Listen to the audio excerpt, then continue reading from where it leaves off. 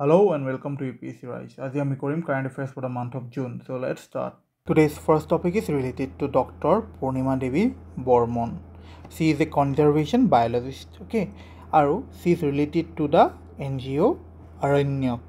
Itia, why she is popular? They are popular here. Okay.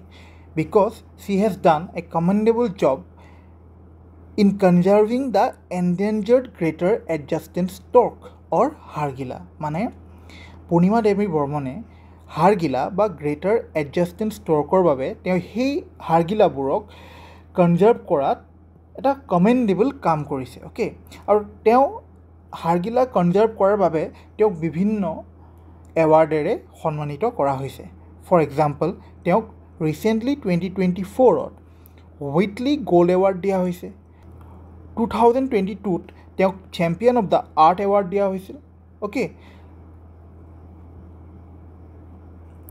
2017ত তেওঁক Whitley award দিয়া হৈছিল okay এতিয়া with relation to that field of work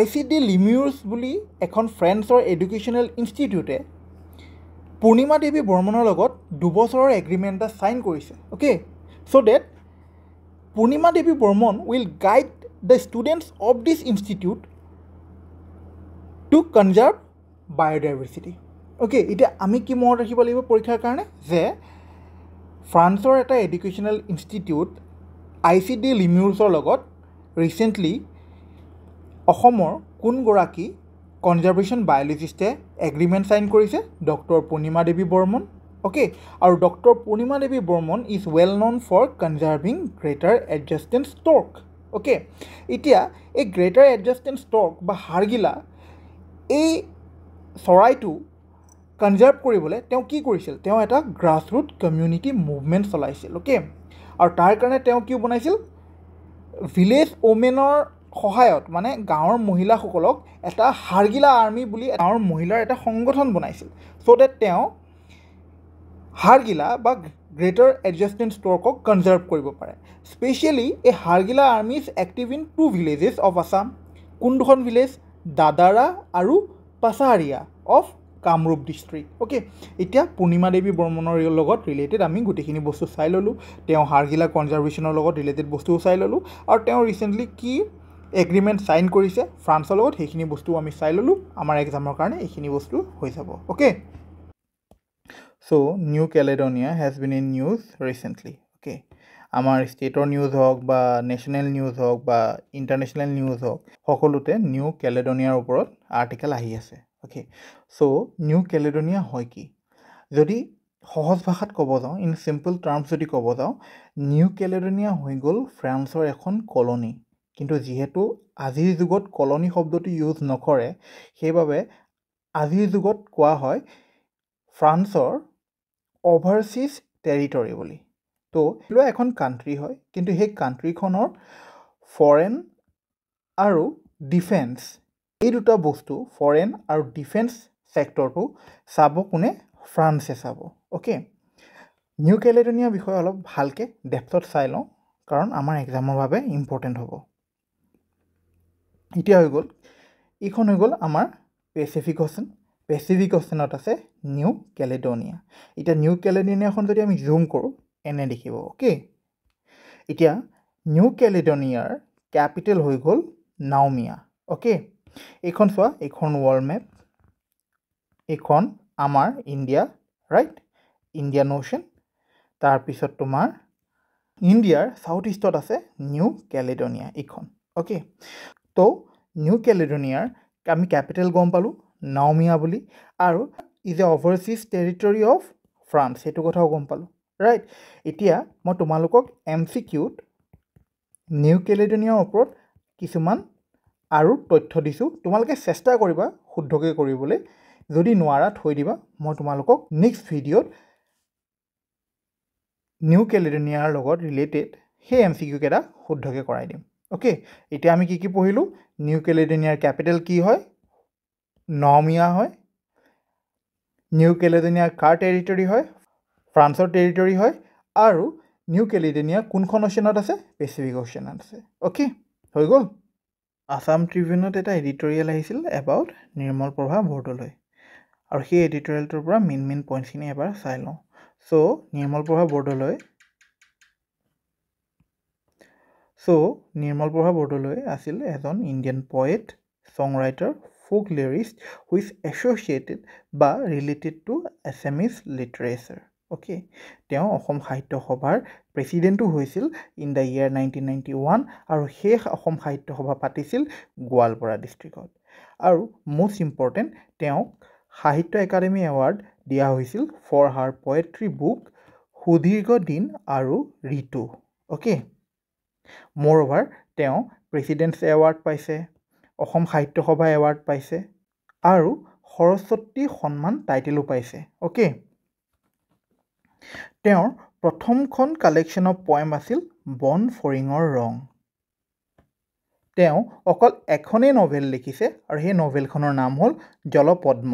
okay, চ' পৰীক্ষাৰ বাবে আমি বিশেষভাৱে মনত ৰাখিম নিৰ্মল প্ৰভা বৰদলৈ কোনখন কিতাপৰ বাবে, কোনখন পয়েট্ৰি বুকৰ বাবে সাহিত্য একাডেমী এৱাৰ্ড পাইছিল ফৰ হাৰ পয়েট্ৰি বুক সুদীৰ্ঘ দিন আৰু ঋতু। আৰু যিহেতু তেওঁ অকল এখনেই নভেল লিখিছে, গতিকে সেই নভেলখনৰ নামো বহুত বেছি ইম্পৰ্টেণ্ট হৈ পৰে পৰীক্ষাৰ পাৰ্চপেক্টিভত, সেইখন হৈ গ'ল জলপদ্ম। অ'কে, চ' গেলেকী ৰিজাৰ্ভ ফৰেষ্টৰ ওপৰত বিভিন্ন নিউজ আহি আছে, গতিকে আমাৰ এক্সাম পাৰ্চপেক্টিভৰ পৰা ইম্পৰ্টেণ্ট যে আমি গেলেকী ৰিজাৰ্ভ ফৰেষ্ট ক'ত আছে, কোনখন ডিষ্ট্ৰিক্টত আছে সেইটো জনাটো ইম্পৰ্টেণ্ট। কিহৰ কাৰণে গেলেকী ৰিজাৰ্ভ ফৰেষ্ট আহিছে সেইটো বৰ বেছি ইম্পৰ্টেণ্ট নহয় আমাৰ পৰীক্ষাৰ পাৰ্চপেক্টিভৰ পৰা, কিন্তু যদি জানিব বিচাৰিছোঁ জানি লওঁ যে গেলেকী ৰিজাৰ্ভ ফৰেষ্টত কি হৈছে, মানে আমাৰ অসম গভমেণ্টে কিছুমান বেটেলিয়ান কেম্প ছেটআপ কৰা মানে ডিচিশ্যন লৈছে আৰু সেইবাবে সেই পাৰ্টিকুলাৰ ইছ্যুটোৰ লগত ৰিলেটেড NGT মানে নেশ্যনেল গ্ৰীণ ট্ৰিবিউনেলত এটা প্ৰচিডিং চলি আছে। অ'কে, সেইটো এটা ইছ্যু। চ' আমাৰ এক্সাম পাৰ্চপেক্টিভৰ পৰা আমি এটা বস্তুৱে মনত ৰাখিম যে গেলেকী ৰিজাৰ্ভ ফৰেষ্টখন কোনখন ডিষ্ট্ৰিক্টত আছে, শিৱসাগৰত আছে। অ'কে, আৰু আমাক একো নালাগে, হৈ গৈছে, এনাফ। SBI বা ষ্টেট বেংক অফ ইণ্ডিয়াৰ গুৱাহাটী চাৰ্কলৰ চিফ জেনেৰেল মেনেজাৰ হিচাপে S ৰাধাকৃষ্ণনক এপইণ্ট কৰা হৈছে। এতিয়া গুৱাহাটী চাৰ্কলে কভাৰ কৰিব all 7 northeastern states of India. Okay. Major Radhika Sen, who is a peacekeeper serving with the United Nations mission in Democratic Republic of Congo, recently 2023 United Nations Military Gender Advocate of the Year Award দিয়া হৈছে। Plus তেওঁক হামাৰস্কোল্ড মেডেলো দিয়া হৈছে। কোনে দিছে সেই এৱাৰ্ডটো? United Nations secretary general Antonio' গুটেৰেছে তেওঁক এই এৱাৰ্ডটো দিছে। এতিয়া পিচ কিপিং মিছন কি হয়? ইউনাইটেড নেশ্যনছে কিছুমান পিচ কিপিং মিছন চলায় at different parts of the world. তাতে কি হয়, তেওঁলোকৰ সেই পিচ কিপিং মিছনছবিলাকত ডিফাৰেণ্ট কাণ্ট্ৰিজৰ পৰা ডিফাৰেণ্ট আৰ্ম পাৰ্চনেলছ আহে। অ'কে, ঠিক সেইদৰেই আমাৰ ভাৰতৰ পৰা মেজৰ ৰাধিকা সিং গৈছিল। Okay, as a peacekeeper for the United Nations mission in DRC বা Democratic Republic of Congo. Okay, এতিয়া এক্সাম পাৰ্চপেক্টিভৰ পৰা আমি মনত ৰাখিব লাগিব যে মেজৰ ৰাধিকা সিঙক কি এৱাৰ্ড দিয়া হৈছে। তেওঁক দিয়া হৈছে হামাৰস্কোল্ড মেডেল আৰু 2023 United Nations military gender advocate of the year award দিয়া হৈছে। অ'কে, এতিয়া লগতে আমি গম পালোঁ যে ইউনাইটেড নেশ্যনছৰ ছেক্ৰেটাৰী জেনেৰেল কোন হয়? Antonio' Guterres. আৰু তেওঁক মানে মেজৰ ৰাধিকা সিঙক এই এৱাৰ্ড দুটা কেতিয়া দিছিল? On May 29। May 29ত কিয় দিছিল? Because May 29 is observed as International Day of United Nations Peacekeepers. Okay, আৰু 2024 International Day of United Nations Peacekeepers থিমটো হৈ গ'ল fit for the future and building better together. Okay, কি মনত ৰাখিব লাগিব? আমি মনত ৰাখিব লাগিব মেজৰ ৰাধিকা সিঙক কি এৱাৰ্ড দিয়া হৈছিল? 2023 United Nations military gender advocate of the year award. Hammarskjold medal এৱাৰ্ডটো দিয়া হৈছিল, কোনে দিছিল? ইউনাইটেড নেশ্যনছ ছেক্ৰেটাৰী জেনেৰেল কোন হয় সেইটো মনত ৰাখিব লাগিব, এণ্টনিঅ' গুটেৰেছ। আৰু May 29 আমি কি হিচাপে অবজাৰ্ভ কৰোঁ? We observe that as international day of United Nations peace keepers. Okay, আৰু এই বছৰৰ থিমটো বৰ বেছি ইম্পৰ্টেণ্ট নহয়, বাট ষ্টিল ট্ৰাই কৰিবা যদি মনত ৰয় ভাল। Fit for the future building better together. Okay, যিহেতু T20 ৱৰ্ল্ড কাপ চলি আছে, গতিকে আমি T20 ৱৰ্ল্ড কাপৰ লগত ৰিলেটেড কিছুমান ৰেকৰ্ড চাই লওঁ। Okay, batsmen with the most sixes হৈ গ'ল ক্ৰিছ গেল, লিডিং উইকেট টেকাৰ হৈ গ'ল ছাকিব আল হাছান, আৰু মষ্ট ডিছমিচেলছ বা উইকেট কিপাৰত টপত আছে মহেন্দ্ৰ সিং ধোনী অ'কে আৰু এইবাৰৰ T20 ৱৰ্ল্ড কাপ কোনে হোষ্ট কৰিছে ৱেষ্ট ইণ্ডিজ আৰু USA অ'কে 1 জুনৰ পৰা 30 জুনলৈকে we observe as anti malaria month Greece Agon international archaeological cultural documentary festival প্ৰথমবাৰৰ বাবে এই ফিল্ম ফেষ্টিভেলখনত ভাৰতৰ এখন ফিল্ম নমিনেটেড হৈছে আৰু সেই ফিল্মখন হৈ গ'ল আমাৰ অসমৰ এখন short documentary Mukha Shilpa the mask making tradition of Majuli okay এই শ্বৰ্ট ডকুমেণ্টাৰীখন ডাইৰেক্ট আৰু প্ৰডিউচ কৰিছে অনন্যা ভূঞায়ে অ'কে চোৱা এতিয়া আমাৰ অসমতো এখন IIM বনাব IIM মানে হৈ গ'ল ইণ্ডিয়ান ইনষ্টিটিউট অফ মেনেজমেণ্ট এতিয়া সেই IIMখন বনাবলৈ ইউনিয়ন মিনিষ্ট্ৰী অফ এডুকেশ্যনে এটা ছাইট এপ্ৰুভ কৰি দিলে অ'কে এতিয়া সেই ছাইটটো কোনটো হয় Marabhita at Kamrup district that means অসমৰ ক'ত নতুন IIMখন বনাব মাৰাভিটাত বনাব আৰু মাৰাভিটা ক'ত আছে কামৰূপ ডিষ্ট্ৰিক্টত আছে অ'কে এতিয়া আমাৰ অসমৰ IIMখনৰ বাবে মেণ্টৰ ইনষ্টিটিউট কাক চিলেক্ট কৰিছে IIM আহমেদাবাদক চিলেক্ট কৰিছে যদি আমি চাওঁ আমাৰ ভাৰতবৰ্ষত 20খন IIM আছে তাৰে মাত্ৰ এখন আমাৰ নৰ্থ ইষ্টাৰ্ণ ৰিজনত আছে আৰু সেইখন আছে শ্বিলঙত after this new IIM in Assam there will be 2 IIMs in the north eastern region okay এতিয়া আমাৰ এক্সামৰ পৰা কি মনত ৰাখিব লাগিব আমি মনত ৰাখিব লাগিব যে নতুন IIM যোনখন বনাব গৈ আছে আমাৰ অসমত ক'ত বনাব মাৰাভিটা ইন কামৰূপ ডিষ্ট্ৰিক্টত বনাব আৰু সেই নতুন IIMখনৰ মেণ্টৰ ইনষ্টিটিউট হিচাপে কাক চিলেক্ট কৰিছে IIM আহমেদাবাদক চিলেক্ট কৰিছে এই দুটা information will be enough for our examination okay recently চাইনায়েও এটা লুনাৰ মিছন পঠালে লুনাৰ মিছন মানে মুন মিছন পঠালে সেই মিছনটোৰ নাম হ'ল চেঙি 6 আৰু এই মিছনটোৱে লেণ্ড কৰিলে ক'ত south pole of the moon আৰু this will be the first mission to collect samples from the south pole of the moon okay এতিয়া এক্সাম পাৰ্চপেক্টিভৰ পৰা আমি এইটো মনত ৰাখিলে হ'ল যে চেঙি 6 কোনখন কাণ্ট্ৰিৰ লুনাৰ মিছন হয় চাইনাৰ লুনাৰ মিছন হয় আৰু ঠিক সেইদৰে আমি মনত ৰাখিম স্লিম হৈ গ'ল জাপানৰ লুনাৰ মিছন হিটেন হৈ গ'ল জাপানৰ লুনাৰ মিছন চন্দ্ৰয়ান হৈ গ'ল ইণ্ডিয়াৰ লুনাৰ মিছন চেঙিটো আমি গম পালোঁ চাইনাৰ লুনাৰ মিছন আৰু লুনা হৈ গ'ল ছ'ভিয়েট ইউনিয়ন বা ৰাছিয়াৰ লুনাৰ মিছন অ'কে কিয় বিকজ ছ'ভিয়েট ইউনিয়ন ডিছমেণ্টেল হয় 1991ত আৰু তাৰপিছত তাৰ পৰা ৰাছিয়া ওলাই আহে ৰাইট ৰাছিয়ায়ো ৰিচেণ্টলি এটা লুনাৰ মিছন লঞ্চ কৰিছিল ৰাইট সেই লুনাৰ মিছনটোৰ নাম কি আছিল লুনা 25 আগষ্টত লঞ্চ কৰিছিল আগষ্ট 2023ত লঞ্চ কৰিছিল ৰাইট চ' অপশ্যনত তোমালোকৰ যদি match the following type question আহে তেনেহ'লে অপশ্যনত তোমালোকৰ লুনা এগেইনষ্টত ছ'ভিয়েট ইউনিয়নো থাকিব পাৰে বা ৰাছিয়াও থাকিব পাৰে তোমালোকে চিলেক্ট কৰি ল'বা অ'কে আৰু ইউনাইটেড ষ্টেটছৰ লুনাৰ মিছন কি হয় এপ'ল' হয় অ'কে এইকেইটা নাম উইথ দ্য ৰেচপেক্টিভ কাণ্ট্ৰিজ মনত ৰাখিবা অ'কে এতিয়া আৰু প্ৰশ্ন আহিব পাৰে যে চবতকৈ বেছি লুনাৰ মিছন কোনে পঠাইছে তেনেহ'লে চবতকৈ বেছি পঠাইছে ছ'ভিয়েট ইউনিয়নে কিমান 58টা তাৰপিছত USA পঠাইছে 57টা আমাৰ ইণ্ডিয়াই কেইটা পঠাইছে 3টা অ'কে এইবাৰ UEFA চেম্পিয়নছ লীগ কোনে জিকিলে ৰিয়াল মাদ্ৰিদে জিকিলে কাক হৰাই পেলাই জিকিলে বৰচিয়া ডৰ্টমণ্ডক হৰাই ৰিয়াল মাদ্ৰিদে জিকিলে UEFA চেম্পিয়নছ লীগ অ'কে প্ৰথমবাৰৰ বাবে এখন অসমীয়াৰ মেগাজিনত QR কোড টেকন'লজি ইউজ কৰা হৈছে আৰু সেই মেগাজিনখনৰ নাম হ'ল গাৰিয়চি অ'কে মেগাজিনত থকা সেই QR কোডটো ইউজ কৰি সেই মেগাজিনখনত পাব্লিছ হোৱা এটা ইণ্টাৰভিউ উইথ প্ৰফুল্ল গোবিন্দ বৰুৱা সেই ইণ্টাৰভিউটোৰ ভিডিঅ'টো চাব পাৰিব অ'কে গাৰিয়চি এখন মান্থলি মেগাজিন হয় আৰু ইয়াক ফাউণ্ড কৰিছিল 1994ত and the founder was Chandraprasad Saikia this magazine is publish by Sahitya Prakash okay মেক্সিকোৰ প্ৰথমগৰাকী ওমেন প্ৰেছিডেণ্ট হৈ গ'ল ক্লডিয়া চিনবাম এতিয়া যদি মেক্সিকোখন চাওঁ মেক্সিকোখন আছে আমাৰ নৰ্থ আমেৰিকান কণ্টিনেণ্টত মেক্সিকোৰ কেপিটেল চিটি হৈ গ'ল মেক্সিকো চিটি আৰু মেক্সিকোৰ কাৰেঞ্চি হৈ গ'ল Mexican pesos first person to spend 1000 days in space হৈ গ'ল এজন ৰাছিয়ান কছমনট মানে ৰাছিয়ান এষ্ট্ৰনট তেওঁৰ নাম হৈ গ'ল অলেগ কোননেনকো আমি এভৰি ইয়েৰ 5 জুন চেলিব্ৰেট কৰোঁ এজ ৱৰ্ল্ড এনভাইৰনমেণ্ট ডে আৰু এইবাৰৰ ৱৰ্ল্ড এনভাইৰনমেণ্ট ডেৰ থিমটো হৈ গ'ল লেণ্ড ৰিষ্ট'ৰেশ্যন ডিজাৰ্টিফিকেশ্যন এণ্ড ড্ৰাউট ৰেজিলিয়েঞ্চ আৰু এইবাৰ এনভাইৰনমেণ্ট ডেটো হোষ্ট কৰিছে কিংডম অফ চাউদি এৰেবিয়াই আজি পঢ়োৱা টপিককেইটাৰ ওপৰত বেছ কৰি এইকেইটা MCQ তোমালোকে কৰিবা প্ৰথমতে আমি কৰিম লাষ্ট ভিডিঅ'ত আপোনালোকক কৰিবলৈ দিয়া MCQ কেইটা আমাৰ প্ৰথম প্ৰশ্ন আছিল Which educational institution has signed a 2-year agreement with conservation biologist Dr. Purnima Devi Burman for biodiversity conservation?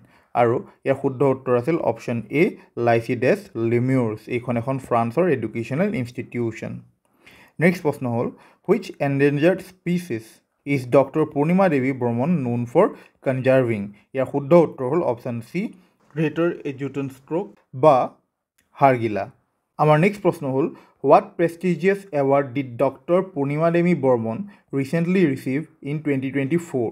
Your শুদ্ধ উত্তৰ হ'ল option B, Whitley Gold Award. Our next question is, what is the capital of New Caledonia? Your শুদ্ধ উত্তৰ হ'ল option A, Naumea.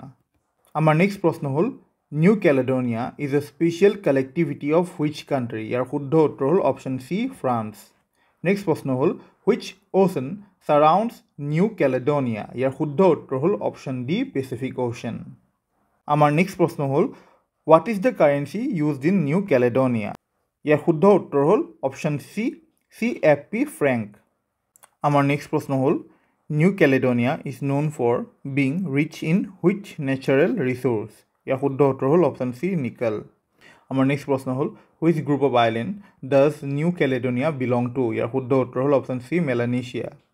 আমাৰ next প্ৰশ্ন হ'ল what is the main language spoken in New Caledonia? ইয়াৰ শুদ্ধ উত্তৰ হ'ল অপশ্যন B French.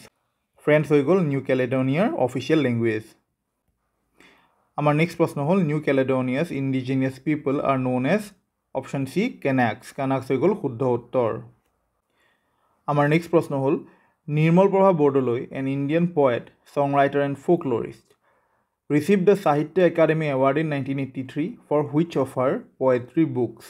ইয়াৰ শুদ্ধ উত্তৰ হ'ল অপশ্যন C সুদীৰ্ঘ দিন আৰু ঋতু আমাৰ নেক্সট প্ৰশ্ন হ'ল in which district is Geleki Reserve Forest located in Assam? ইয়াৰ শুদ্ধ উত্তৰ হ'ল option C Nazira Sivasagar next প্ৰশ্ন হ'ল who has been appointed as the chief general manager of the SBI Guwahati Circle?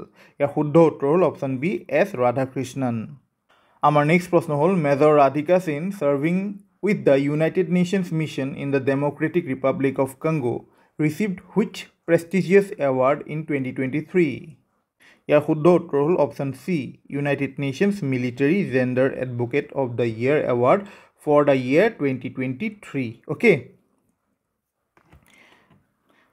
Our next question is in which district of Assam is the Indian Institute of Management IIMs set to come up? ইয়াৰ শুদ্ধ উত্তৰ হ'ল option B Marabhita Kamrup district okay আমাৰ next প্ৰশ্ন হ'ল match the following lunar missions with their respective countries okay Chang'e 6 আছিল চাইনাৰ lunar mission Apollo 11 হৈ গ'ল ইউনাইটেড ষ্টেটছৰ লুনাৰ মিছন চন্দ্ৰয়ান 2 আছিল ইণ্ডিয়াৰ লুনাৰ মিছন আৰু লুনা 2 আছিল ছ'ভিয়েট ইউনিয়নৰ লুনাৰ মিছন আমাৰ নেক্সট প্ৰশ্ন হ'ল which team won the UEFA Champions League in 2024 আৰু ইয়াৰ শুদ্ধ উত্তৰ হ'ল অপশ্যন C ৰিয়াল মাদ্ৰিড আমাৰ নেক্সট প্ৰশ্ন হ'ল who was elected as Mexico's first woman president আৰু ইয়াৰ শুদ্ধ উত্তৰ হ'ল অপশ্যন A ক্লডিয়া চেনবম আমাৰ নেক্সট প্ৰশ্ন হ'ল who recently became the first person to spend 1000 days in space আৰু ইয়াৰ শুদ্ধ উত্তৰ হ'ল অপশ্যন B অলেগ কননেনকো আমাৰ নেক্সট প্ৰশ্ন হ'ল when is World Environment Day celebrated? ইয়াৰ শুদ্ধ উত্তৰ হ'ল জুন 5 আমাৰ লাষ্ট প্ৰশ্ন হ'ল what was the theme of the World Environment Day observed on June 5, 2024? ইয়াৰ শুদ্ধ উত্তৰ হ'ল option C land restoration, desertification and drought resilience এতিয়া আমি কৰিম আজিৰ উইকলি কাৰেণ্ট এফেয়াৰ্ছ আমাৰ নৰেন্দ্ৰ মোদী তৃতীয়বাৰৰ বাবে ভাৰতৰ প্ৰধানমন্ত্ৰী হৈছে ৰাইট প্ৰাইম মিনিষ্টাৰ হৈছে ৰাইট এতিয়া with this he becomes the second prime minister after Nehru to be re-elected for 3 consecutive full terms in office তাৰ মানে হ'ল জৱাহৰলাল নেহৰু 1951ত প্ৰথমবাৰ প্ৰাইম মিনিষ্টাৰ হ'ল 1957ত ছেকেণ্ড টাইমৰ বাবে আৰু 1962ত থাৰ্ড টাইমৰ বাবে প্ৰাইম মিনিষ্টাৰ হৈছিল ৰাইট আৰু ঠিক সেইদৰে after Jawaharlal Nehru Narendra Modi became the prime minister to be elected for 3 consecutive full terms that is 2014ত তেওঁ ইলেক্ট হৈছিল এজ প্ৰাইম মিনিষ্টাৰ দেন 2019ত এণ্ড নাও ইন 2024 অ'কে এতিয়া আমাৰ প্ৰাইম মিনিষ্টাৰ মোদীৰ অ'থ টেকিং চেৰেমনিত আমাৰ নেইবাৰিং 7খন কাণ্ট্ৰিজৰ লিডাৰ্ছ আহিছিল অ'কে এতিয়া সেই লিডাৰ্ছ কেইজনৰ নাম বা কোনকেইখন কাণ্ট্ৰি আহিছিল আমি জানি থোৱাটো ভাল মৰিচিয়াছৰ প্ৰাইম মিনিষ্টাৰ প্ৰবীণ কুমাৰ জগন্নাথ আহিছিল চেচিলিছৰ ভাইচ প্ৰেছিডেণ্ট আহিছিল আহমেদ আফিফ মালদ্বীপছৰ প্ৰেছিডেণ্ট আহিছিল মহম্মদ মুইজু শ্ৰীলংকাৰ প্ৰেছিডেণ্ট আহিছিল ৰানিল উইক্ৰেমাসিংহে বাংলাদেশৰ প্ৰাইম মিনিষ্টাৰ আহিছিল শ্বেখ হাছিনা নেপালৰ প্ৰাইম মিনিষ্টাৰ আহিছিল পুষ্পকমল দাহাল আৰু ভূটানৰ প্ৰাইম মিনিষ্টাৰ আহিছিল শ্বেৰিং টপগে এতিয়া যদি পৰীক্ষাত আহে যে আমাৰ প্ৰাইম মিনিষ্টাৰ মোদীৰ অ'থ টেকিং চেৰেমনিত পাকিস্তানৰ প্ৰাইম মিনিষ্টাৰ আহিছিল তেনেহ'লে সেই ষ্টেটমেণ্টটো ভুল হ'ব বা আফগানিস্তানৰ লিডাৰ আহিছিল সেই ষ্টেটমেণ্টটো ভুল হ'ব কাৰণ আমাৰ প্ৰাইম মিনিষ্টাৰ মোদীৰ অ'থ টেকিং চেৰেমনিত কোনকেইখন কাণ্ট্ৰি আৰু কোন কোন আহিছে আমি অলৰেডি চালোঁ অ'কে এই 7খন কাণ্ট্ৰিৰ লিডাৰ আহিছিল অ'কে এতিয়া আমি কেইটামান ফেক্ট চাই লওঁ for our exam the first and the longest serving prime minister হৈ গ'ল Jawaharlal Nehru the first and the only woman to serve as prime minister হৈ গ'ল Indira Gandhi first non Congress prime minister হ'ল Morarji Desai first non Congress prime minister to complete full 5-year term Atal Bihari Vajpayee first prime minister from a minority religion Manmohan Singh আৰু the only prime minister to B born in independent India and is the longest serving non Congress prime minister হৈ গ'ল Narendra Modi he is also' the second prime minister after Nehru to be re-elected for 3 consecutive full terms in office এতিয়া আমি গম পাওঁ longest serving prime minister হৈ গ'ল জৱাহৰলাল নেহৰু আৰু shortest serving prime minister হৈ যাব গুলজাৰীলাল নন্দা তেওঁ 2টা টাৰ্মত as a acting prime minister serve কৰিছিল প্ৰথম টাৰ্মতো 13 ডেজৰ বাবে এক্টিং প্ৰাইম মিনিষ্টাৰ হিচাপে ছাৰ্ভ কৰিছিল আৰু ছেকেণ্ড টাৰ্মতো 13 ডেজৰ বাবে এক্টিং প্ৰাইম মিনিষ্টাৰ হিচাপে ছাৰ্ভ কৰিছিল চ' দুইটা মিলাই 26 ডেজ তেওঁ as a prime minister acting prime minister হিচাপে ছাৰ্ভ কৰিছিল অ'কে প্ৰথমবাৰৰ বাবে as acting prime minister after the death of Jawaharlal Nehru and second time as a acting prime minister after the death of Lal Bahadur Shastri. Now we'll see the 14th prime minister. Already I salu Narendra Modi 2014, 2019 and now in 2024 as a prime minister elect hoise right.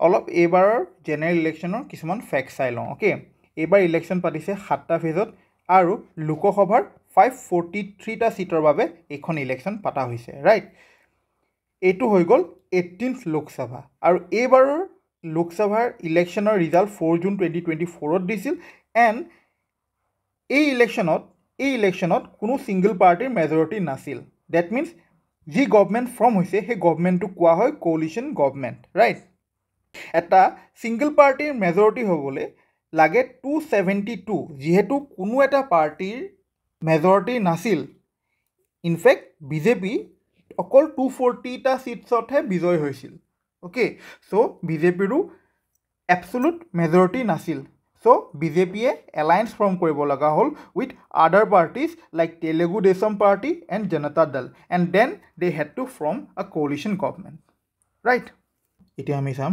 এইবাৰৰ পৰ্টফলিঅ'ছখিনি কোনে কি ministry ল'লে চোৱা আমি চবৰে নাম মনত ৰাখিব নোৱাৰোঁ প্ৰতিখন মিনিষ্ট্ৰী মনত ৰাখিব নোৱাৰোঁ গতিকে মই যোনখিনি য়েল্ল' দি মাৰ্ক কৰিছোঁ সেইকেইটা মিনিষ্ট্ৰী আমি মনত ৰাখিব চেষ্টা কৰিম সেইকেইটা মিনিষ্ট্ৰী ইম্পৰ্টেণ্ট হয় অ'কে এতিয়া আমি চাম প্ৰাইম মিনিষ্টাৰ মোদীয়ে কি মিনিষ্ট্ৰী হেড কৰিছে okay ministry of personnel public grievances and pension department of atomic energy and department of space এইকেইটা মিনিষ্ট্ৰী মনত ৰাখিব লাগিব ৰাইট আৰু মনত ৰাখিব লাগিব যে এইকেইটা মিনিষ্ট্ৰী আমাৰ PM নৰেন্দ্ৰ মোদীয়ে হেড কৰিছে দেন মিনিষ্ট্ৰী অফ ডিফেন্স চাইছে ৰাজনাথ সিঙে অমিত শ্বাহে চাইছে ministry of home affairs Nitin Gadkariye চাইছে ministry of road transport and highways JP Naddaই চাইছে ministry of health and family welfare Shivraj Singh চৌহানে চাইছে ministry of agriculture and farmers welfare and the ministry of rural development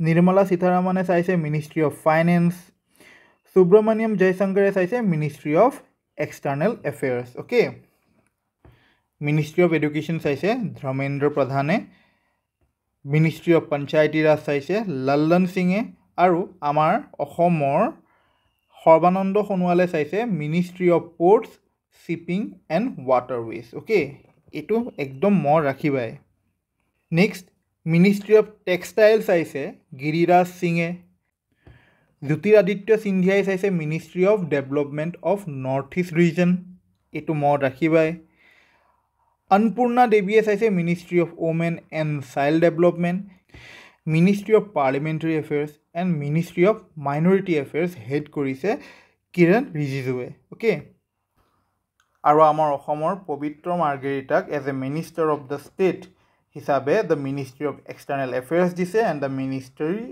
of textiles দিছে okay মনত ৰাখিবা প্ৰথমতে cabinet ministers আহে অ'কে তাৰপিছত মিনিষ্টাৰ্ছ অফ ষ্টেট আহে ইণ্ডিপেণ্ডেণ্ট চাৰ্জ অ'কে এণ্ড তাৰপিছত আহে মিনিষ্টাৰ অফ ষ্টেট অ'কে এতিয়া as a cabinet minister for the ministry of textiles দিয়া হৈছিল গিৰিৰাজ সিঙক okay and as a minister of state Pabitra মাৰ্গেৰিটাক দিয়া হৈছে ministry of textile that means Pavitra Margarita will be assisting Giriraj Singh in Ministry of Textiles. Okay. Similarly, Ministry of External Affairs head korise as a cabinet minister S. Jaishankar. Right? I mean, just say hello. Ministry of External Affairs as a cabinet minister head korise S. Jaishankar বা Subramaniam Jaishankar and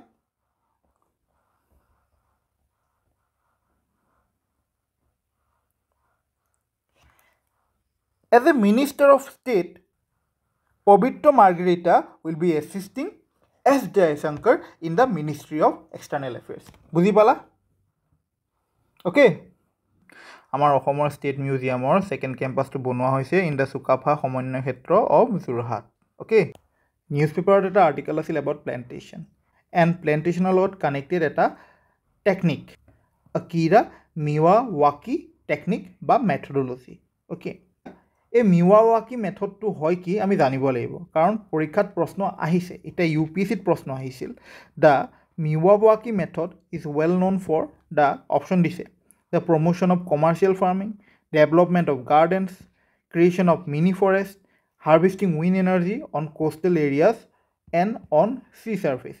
So, Akira Miyawaki method is a method for plantation of trees in a way that dense forest can be created.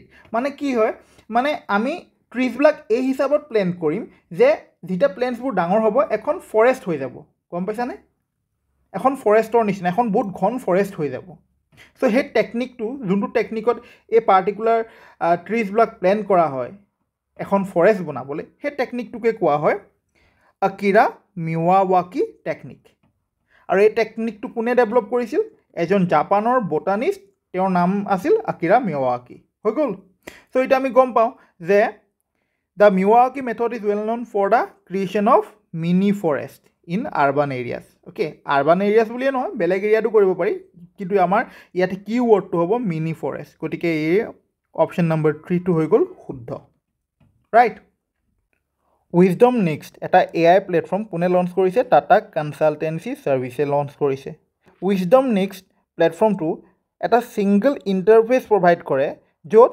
Multiple generative artificial intelligence সাৰ্ভিসেছ আমি access কৰিব পাৰিম okay এটা example দিছোঁ আমি এনে এটা app develop কৰিছোঁ য'ত ধৰি লোৱা মিন্ট্ৰাও ইউজ কৰিব পাৰোঁ, এমাজনো ইউজ কৰিব পাৰোঁ, ফ্লিপকাৰ্টো ইউজ কৰিব পাৰোঁ আমি এটা এপতে। ঠিক সেইদৰে ধৰি লোৱা এতিয়া উইজডম নেক্সট AI প্লেটফৰ্মটোৱে কি কৰিব পাৰিব, তাতে আমি ChatGPTও এক্সেছ কৰিব পাৰিম, জেমিনিও এক্সেছ কৰিব পাৰিম আৰু অন্য AI টুলো এক্সেছ কৰিব পাৰিম। অ'কে, নেক্সট আমি চাম চেৰুকুৰি ৰামোজী ৰাওৰ ৰিচেণ্টলি 8 জুনত মৃত্যু হ'ল। তেওঁ আছিল the head of Ramoji Group and he was the owner of the world's largest film production facility.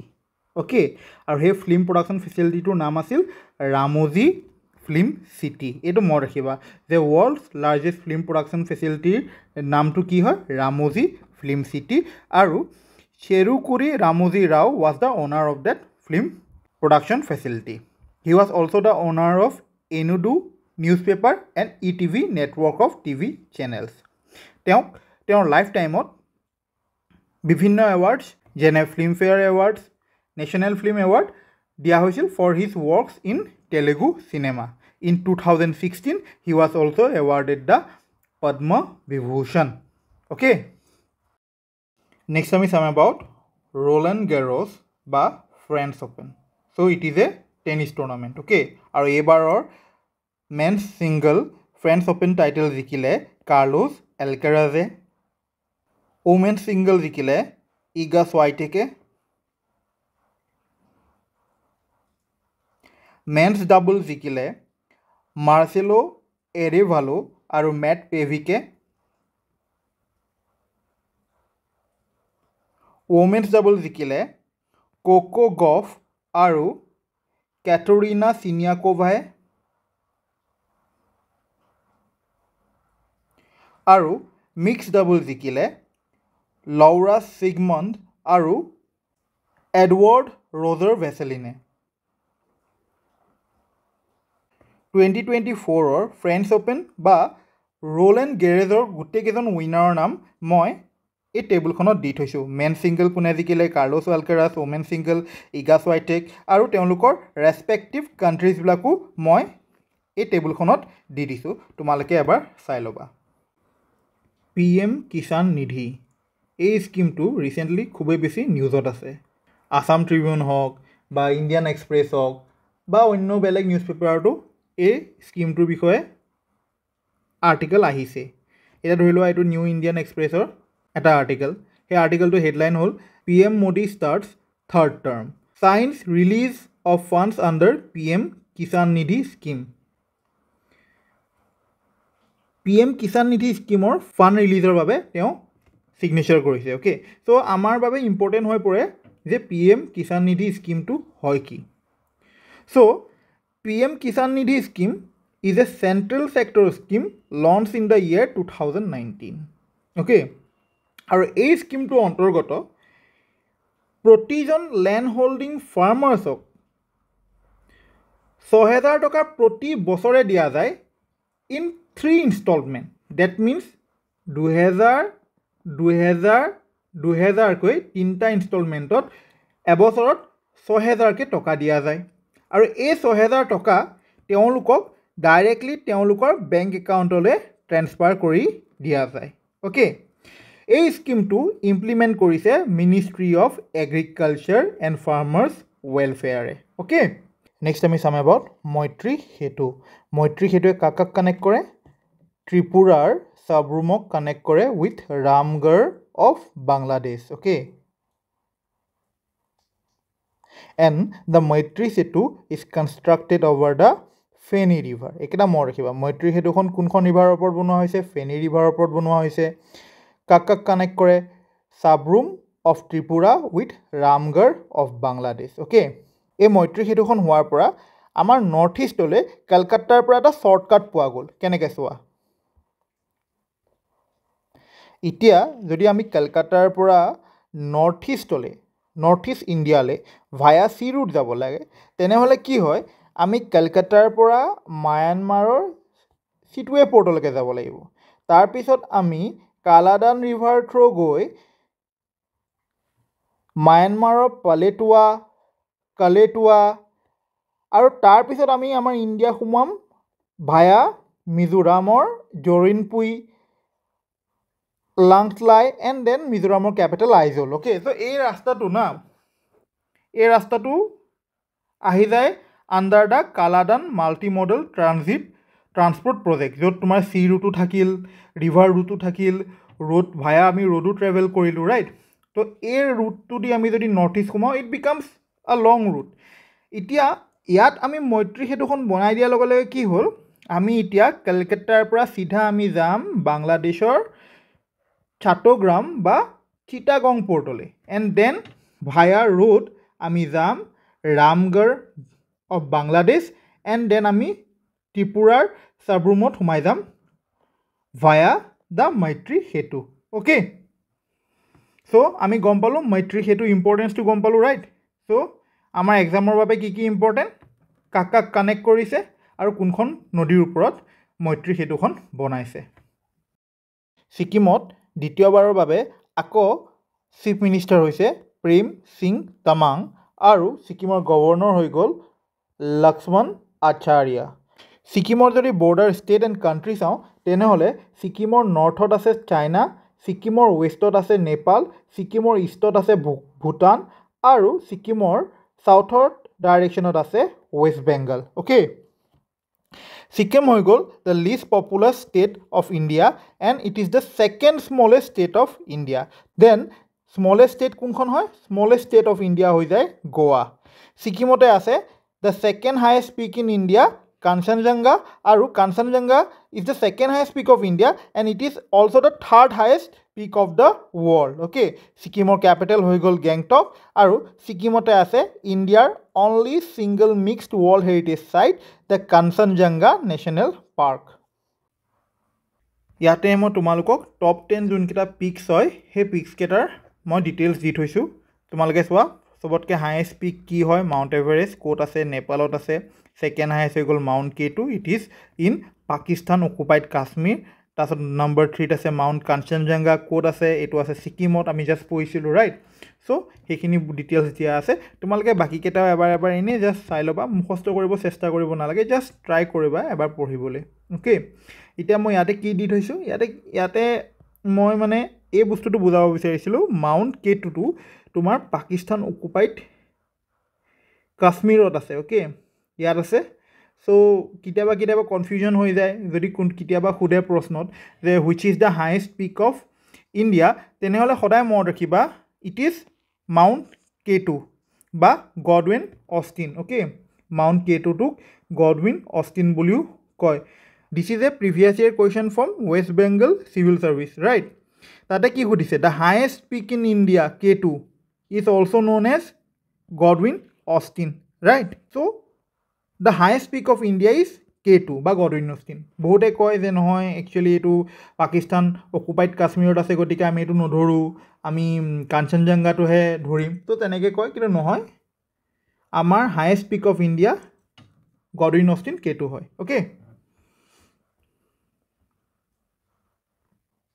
ওড়িশাৰ নতুন চিফ মিনিষ্টাৰ হৈ গ'ল মোহন মাঝি ওড়িশাৰ কেপিটেল হৈ গ'ল ভুৱনেশ্বৰ আৰু ওড়িশা গভৰ্ণৰ হৈ গ'ল ৰঘুবৰ দাস ওড়িশাৰ যদি বৰ্ডাৰ চাওঁ ওড়িশাই কাক টাচ কৰিছে ৱেষ্ট বেংগল ঝাৰখণ্ড ছত্তীশগড় আৰু আন্ধ্ৰ প্ৰদেশ ৰাইট আৰু on the eastern side of Odisha কি আছে বে অফ বেংগল ওড়িশাত কিছুমান ইম্পৰ্টেণ্ট মনুমেণ্টছ আছে যেনে কোনাৰ্ক ছান টেম্পল আছে জগন্নাথ টেম্পল আছে ৰুৰকিলা ষ্টিল প্লেণ্ট আছে চিমলিপাল নেশ্যনেল পাৰ্ক আছে চিলিকা লেক আছে ৰাইট তো এইকেইটা মনত ৰাখিবা সুধিব পাৰে কোনাৰ্ক ছান টেম্পল ক'ত আছে বা জগন্নাথ টেম্পল ক'ত আছে ৰুৰকিলা ষ্টিল প্লেণ্ট ক'ত আছে চিপাল নেশ্যনেল পাৰ্ক ক'ত আছে চিলিকা লেক ক'ত আছে তো গম পালোঁ এতিয়া ওড়িশাত আছে অ'কে অন্ধ্ৰপ্ৰদেশৰ চিফ মিনিষ্টাৰ কোন বুলি সুধিলে আমাৰ উত্তৰটো হ'ব চন্দ্ৰবাবু নাইডু গভৰ্ণৰ হৈ গ'ল এছ আব্দুল নাজিৰ আৰু কেপিটেল অফ অন্ধ্ৰপ্ৰদেশ হৈ গ'ল আমৰাৱতী আমি যদি অন্ধ্ৰপ্ৰদেশৰ বৰ্ডাৰ চাওঁ কাক টাচ কৰিছে ওড়িশাক টাচ কৰিছে ছত্তীশগড়ক কৰিছে Telangana then Karnataka and Tamil Nadu and on the eastern side of Andhra Pradesh it is opening to Bay of Bengal right so' মই বৰ্ডাৰ ষ্টেটবিলাক কিয় কৈ দিছোঁ তোমালোকে মেপখন চোৱা যেতিয়া মেপখন চাবা বৰ্ডাৰ ষ্টেটবিলাকৰ কেপিটেলবিলাকো দেখিবা সেই কেপিটেলবিলাকো মনত ৰাখি যাবা ৰাইট আৰু মেপখন চাই থাকিলে কি হ'ব কোনখন ষ্টেটৰ লগত কোনখন ষ্টেটে টাচ কৰি আছে সেইবিলাক বস্তু মনত থাকিব ৰাইট কাৰণ পৰীক্ষাত এনেকুৱা প্ৰশ্ন আহে যে ৱেষ্ট বেংগলে কাৰ লগত বৰ্ডাৰ কৰিছে বা ছিকিমে কাৰ লগত বৰ্ডাৰ কৰিছে অৰুণাচল প্ৰদেশে কাৰ লগত বৰ্ডাৰ কৰিছে চ' মই সেইখিনি বস্তু তোমালোকক কৈ গৈছোঁ অ'কে অৰুণাচল প্ৰদেশৰ CMৰ নাম হৈ গ'ল পেমা খাণ্ডু আৰু অৰুণাচল প্ৰদেশৰ কেপিটেল হ'ল ইটানগৰ আৰু গভৰ্ণৰৰ নাম হ'ল KT পটনায়ক অৰুণাচল প্ৰদেশৰ যদি ইণ্টাৰনেশ্যনেল বৰ্ডাৰ চাওঁ তেনেহ'লে অৰুণাচল প্ৰদেশে ইণ্টাৰনেশ্যনেল বৰ্ডাৰ কৰি আছে ভূটানৰ লগত চাইনা টিবেটৰ লগত আৰু ম্যানমাৰৰ লগত অ'কে আৰু আমাৰ অসমৰ কোনকেইখন ডিষ্ট্ৰিক্টৰ লগত অৰুণাচলে বৰ্ডাৰ কৰি আছে ওদালগুৰি শোণিতপুৰ বিশ্বনাথ লখিমপুৰ ধেমাজি তিনিচুকীয়া ডিব্ৰুগড় আৰু চৰাইদেউ অ'কে চাবা যোনকেইখন ষ্টেটে আমাৰ অসমৰ লগত বৰ্ডাৰ কৰি আছে সেই ষ্টেটকেইখনে আমাৰ অসমৰ কোনকেইখন ডিষ্ট্ৰিক্টৰ লগত বৰ্ডাৰ কৰিছে সেইখিনি বস্তু তোমালোকে পৰীক্ষাৰ বাবে চাবা অ'কে চ' ৰিচেণ্টলি আমাৰ ষ্টেট কেবিনেটে মুখ্যমন্ত্ৰী নিযুত মইনা স্কিমটো এপ্ৰুভ কৰিলে এতিয়া নিযুত মইনা স্কিমটো হয় কি মুখ্যমন্ত্ৰী নিযুত মইনা স্কিমটো এটা ষ্টেপ যোনটো থ্ৰু চাইল্ড মেৰেজ কম্বেট কৰিব খুজিছে আৰু লগতে ছোৱালীৰ হায়াৰ এডুকেশ্যনো প্ৰমোট কৰিব বিচাৰিছে আৰু তাৰ বাবে এই নিযুত মইনা স্কিমটোৰ দ্বাৰা পঢ়ি থকা ছোৱালীসকলক অ'কে গাৰ্ল ষ্টুডেণ্টসকলক ফাইনেন্সিয়েল এছিষ্টেঞ্চ দিছে আমাৰ গভৰ্ণমেণ্ট অফ আছামে অ'কে এতিয়া এলিজিবিলিটি ক্ৰাইটেৰিয়া কি নিযুত মইনা স্কিমৰ আণ্ডাৰত সেইখিনি ষ্টুডেণ্টছ আহিব যোনখিনি সেইখিনি গাৰ্ল ষ্টুডেণ্টছ আহিব যোন higher secondary class 11 degree first year আৰু পষ্ট গ্ৰেজুৱেট ফাৰ্ষ্ট ইয়েৰত এনৰোল হৈ আছে in government venture schools okay irrespective of economic status that means Nijut Moina স্কিমটো যেতিয়া দিব তেতিয়া ধনী দুখীয়া নাচায় তেওঁলোকৰ ফাইনেন্সিয়েল ষ্টেটাছটো নাচায় এলিজিবিলিটি ক্ৰাইটেৰিয়া এইটোৱে যে ষ্টুডেণ্ট সেই গাৰ্ল ষ্টুডেণ্টজন higher secondary class 11 degree first year বা পষ্ট গ্ৰেজুৱেটত গভৰ্ণমেণ্ট ইনষ্টিটিউশ্যনত এনৰোল হৈ আছে সেইটোৱে হৈ গ'ল তোমালোকৰ এলিজিবিলিটি ক্ৰাইটেৰিয়া অ'কে এতিয়া কোনে কোনে নিযুত মইনা স্কিমটো নাপায় daughters of MPs MLAs and ministers married girl students যোনসকল গাৰ্ল ষ্টুডেণ্টছ মেৰিড হয় তেওঁলোকে নাপাব except for post graduate and BEd students যদি পষ্ট গ্ৰেজুৱেশ্যন কৰি থকা ছোৱালী এজনী মেৰিড হয় বা BEd কৰি থকা ছোৱালী এজনী মেৰিড হয় সেইগৰাকী মেৰিড ছোৱালীয়ে এই নিযুত মইনা স্কিমটোৰ ফাইনেন্সিয়েল এছিষ্টেঞ্চটো পাব অ'কে এতিয়া ফাইনেন্সিয়েল এছিষ্টেঞ্চ কিনো চোৱা ক্লাছ 11ৰ গাৰ্ল ষ্টুডেণ্টে পাব 1000 rupeesকৈ per month for 10 months each year degree first ইয়েৰৰ ছোৱালীয়ে পাব ₹1250 পাৰ মান্থ ফৰ 10 months আৰু পষ্ট গ্ৰেজুৱেশ্যন ফাৰ্ষ্ট ইয়েৰৰ ছোৱালীয়ে পাব ₹2500 per month for 10 months okay তো এইটোৱে হৈ গ'ল মুখ্যমন্ত্ৰী Nijut Moina scheme it is a financial assistance that is given to girl students who are enrolled in higher secondary degree and postgraduate courses in government and venture educational institutes okay এটা আৰু কোনে নাপায় এটোটো কলোৱে already right দুটা point থাকি গৈছিল যে যোনে প্ৰজ্ঞান ভাৰতী স্কিমৰ আণ্ডাৰত স্কুটাৰ পাইছে তেওঁলোকেও নাপায় আৰু যোনে প্ৰাইভেট ইনষ্টিটিউশ্যনত পঢ়ি আছে ন তেওঁলোকেও নাপায় এই নিযুত মইনা স্কিমটো হ'ব এইবাৰ UEFA ইউৰো 2024 ক'ত পাতিছে জাৰ্মানীত পাতিছে ইউৰো 2024 এটা ফুটবল টুৰ্ণামেণ্ট য'ত ইউৰোপৰ কাণ্ট্ৰিজবিলাকে খেলে অ'কে ইউৰো ফুটবল চেম্পিয়নশ্বিপৰ মেক্সিমাম টাইটেল জিকিছে জাৰ্মানীয়ে 3টা টাইটেল জিকিছে টপ গ'ল স্ক'ৰাৰ হৈ গ'ল ৰনাল্ডো আৰু চবতকৈ বেছি মেটছেও খেলিছে ৰনাল্ডোৱে ফৰ পৰ্তুগাল আৰু মষ্ট পেনাল্টি স্ক'ৰডতো আছে নম্বৰ 1ত ৰনাল্ডো অ'কে এইবাৰ UEFA ইউৰো 2024ৰ মেস্কটটোৰ নাম হ'ল এলবাৰ্ট অ'কে অজিত ডোভালক এজ নেশ্যনেল ছিকিউৰিটি এডভাইজাৰ আৰু PK মিশ্ৰাক the principal secretary to the prime minister হিচাপে আকৌ ৰিএপইণ্ট কৰা হৈছে আমাৰ অসমৰ ইণ্টিগ্ৰেটেড ডাইৰেক্টৰেট ক'ত বনাই আছে বেতকুচি গুৱাহাটীত বনাই আছে যোৱা 15 জুনত আছিল 1942ৰ ভাৰত ত্যাগ আন্দোলনত শ্বহীদ হোৱা কুশল কোঁৱৰৰ ডেথ এনিভাৰ্চাৰী গতিকে আমি অলপ কুশল কোঁৱৰৰ বিষয়ে চাই লওঁ okay Kushal Konwar was born in Golaghat in the year 1905. He was an Indian freedom fighter from Assam and he was hanged in 1943 after the Quit India movement. Okay, he was inspired by Gandhiji's call for non-cooperation and Gandhi's ideal of Swaraj, truth and ahimsa.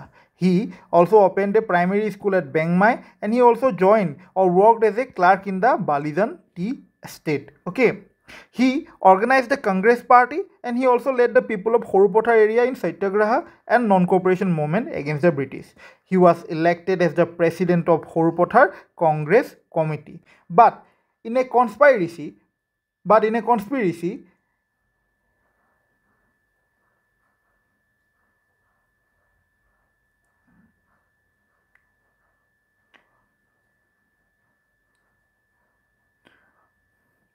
But Kushal Kaur was charged with sabotage.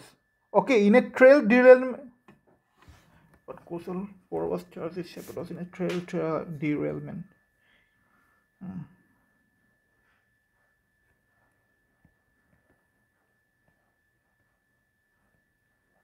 But Kushal Kaur was charged with sabotage in a train.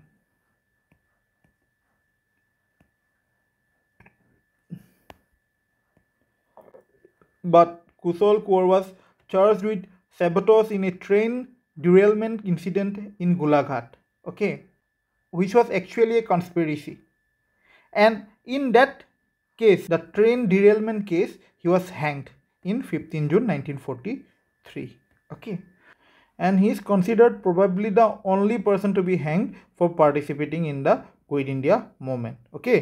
Pope Francis হৈ গ'ল প্ৰথমজন pope বা প্ৰথমজন পইণ্টিফ যোনে G7 নেশ্যনছক address কৰিছে okay তো এইটো important প্ৰশ্ন আহিব পাৰে কোনজন পোপে প্ৰথমবাৰৰ বাবে G7 নেশ্যনছক এড্ৰেছ কৰিছে তেনেহ'লে শুদ্ধ উত্তৰটো হ'ব পোপ ফ্ৰেন্সিছ যিহেতু আমি G7 কাণ্ট্ৰিজবিলাকৰ কথা কৈছোঁ G7 নেশ্যনছবিলাকৰ কথা কৈছোঁ G7ত কোনকেইখন দেশ পৰে চাই লওঁ G7ত পৰে Japan USA Italy Canada England Germany আৰু ফ্ৰান্স আৰু এতিয়া এই G7ৰ দেশকেইখন মনত ৰাখিবলৈ আমাৰ কাৰণে আছে এই ট্ৰিকটো জুচ উইথ গাৰ্লফ্ৰেণ্ড বা জুচ উইথ GF চোৱা জুচত আহি গ'ল তোমাৰ জাপান USA ইটালী কানাডা আৰু ইংলেণ্ড আৰু গাৰ্লফ্ৰেণ্ড বা GFত আহি গ'ল জাৰ্মানী আৰু ফ্ৰান্স অ'কে এইবাৰ G7 সামিট পাতিছে ইটালীত অ'কে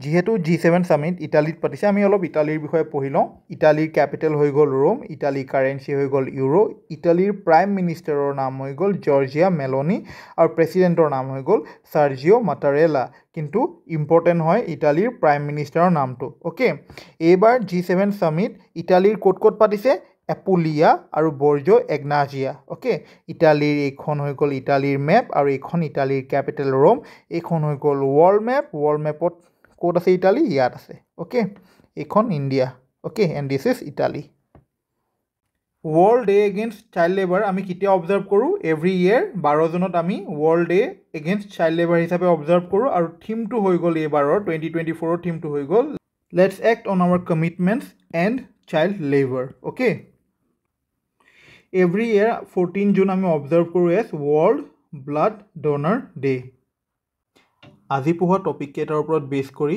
এইকেইটা MCQ মই তোমালোকক দিলোঁ তোমালোকে প্ৰেক্টিছ কৰিবা প্ৰথমতে আমি কৰিম লাষ্ট ভিডিঅ'ত আপোনালোকক কৰিবলৈ দিয়া MCQ কেইটা প্ৰথম প্ৰশ্ন আছিল match the following minister with their ministries Sarbananda Sonowal হৈ গ'ল ministry of ports shipping and waterways Dharmendra Pradhan হৈ গ'ল ministry of education KR Mohan Naidu হৈ গ'ল ministry of civil aviation Jyotiraditya Scindia হৈ গ'ল ministry of development of north eastern region Kiren Rijiju হৈ গ'ল মিনিষ্ট্ৰি অফ পাৰ্লিমেণ্টাৰী এফেয়াৰ্ছ আৰু পবিত্ৰ মাৰ্গেৰিটা হৈ গ'ল as a minister of state for the ministry of external affairs okay আমাৰ নেক্সট প্ৰশ্ন হ'ল where will the G7 Summit 2024 be held ইয়াৰ শুদ্ধ উত্তৰ হ'ল ইটালী নেক্সট প্ৰশ্ন হ'ল who became the first pontiff to address the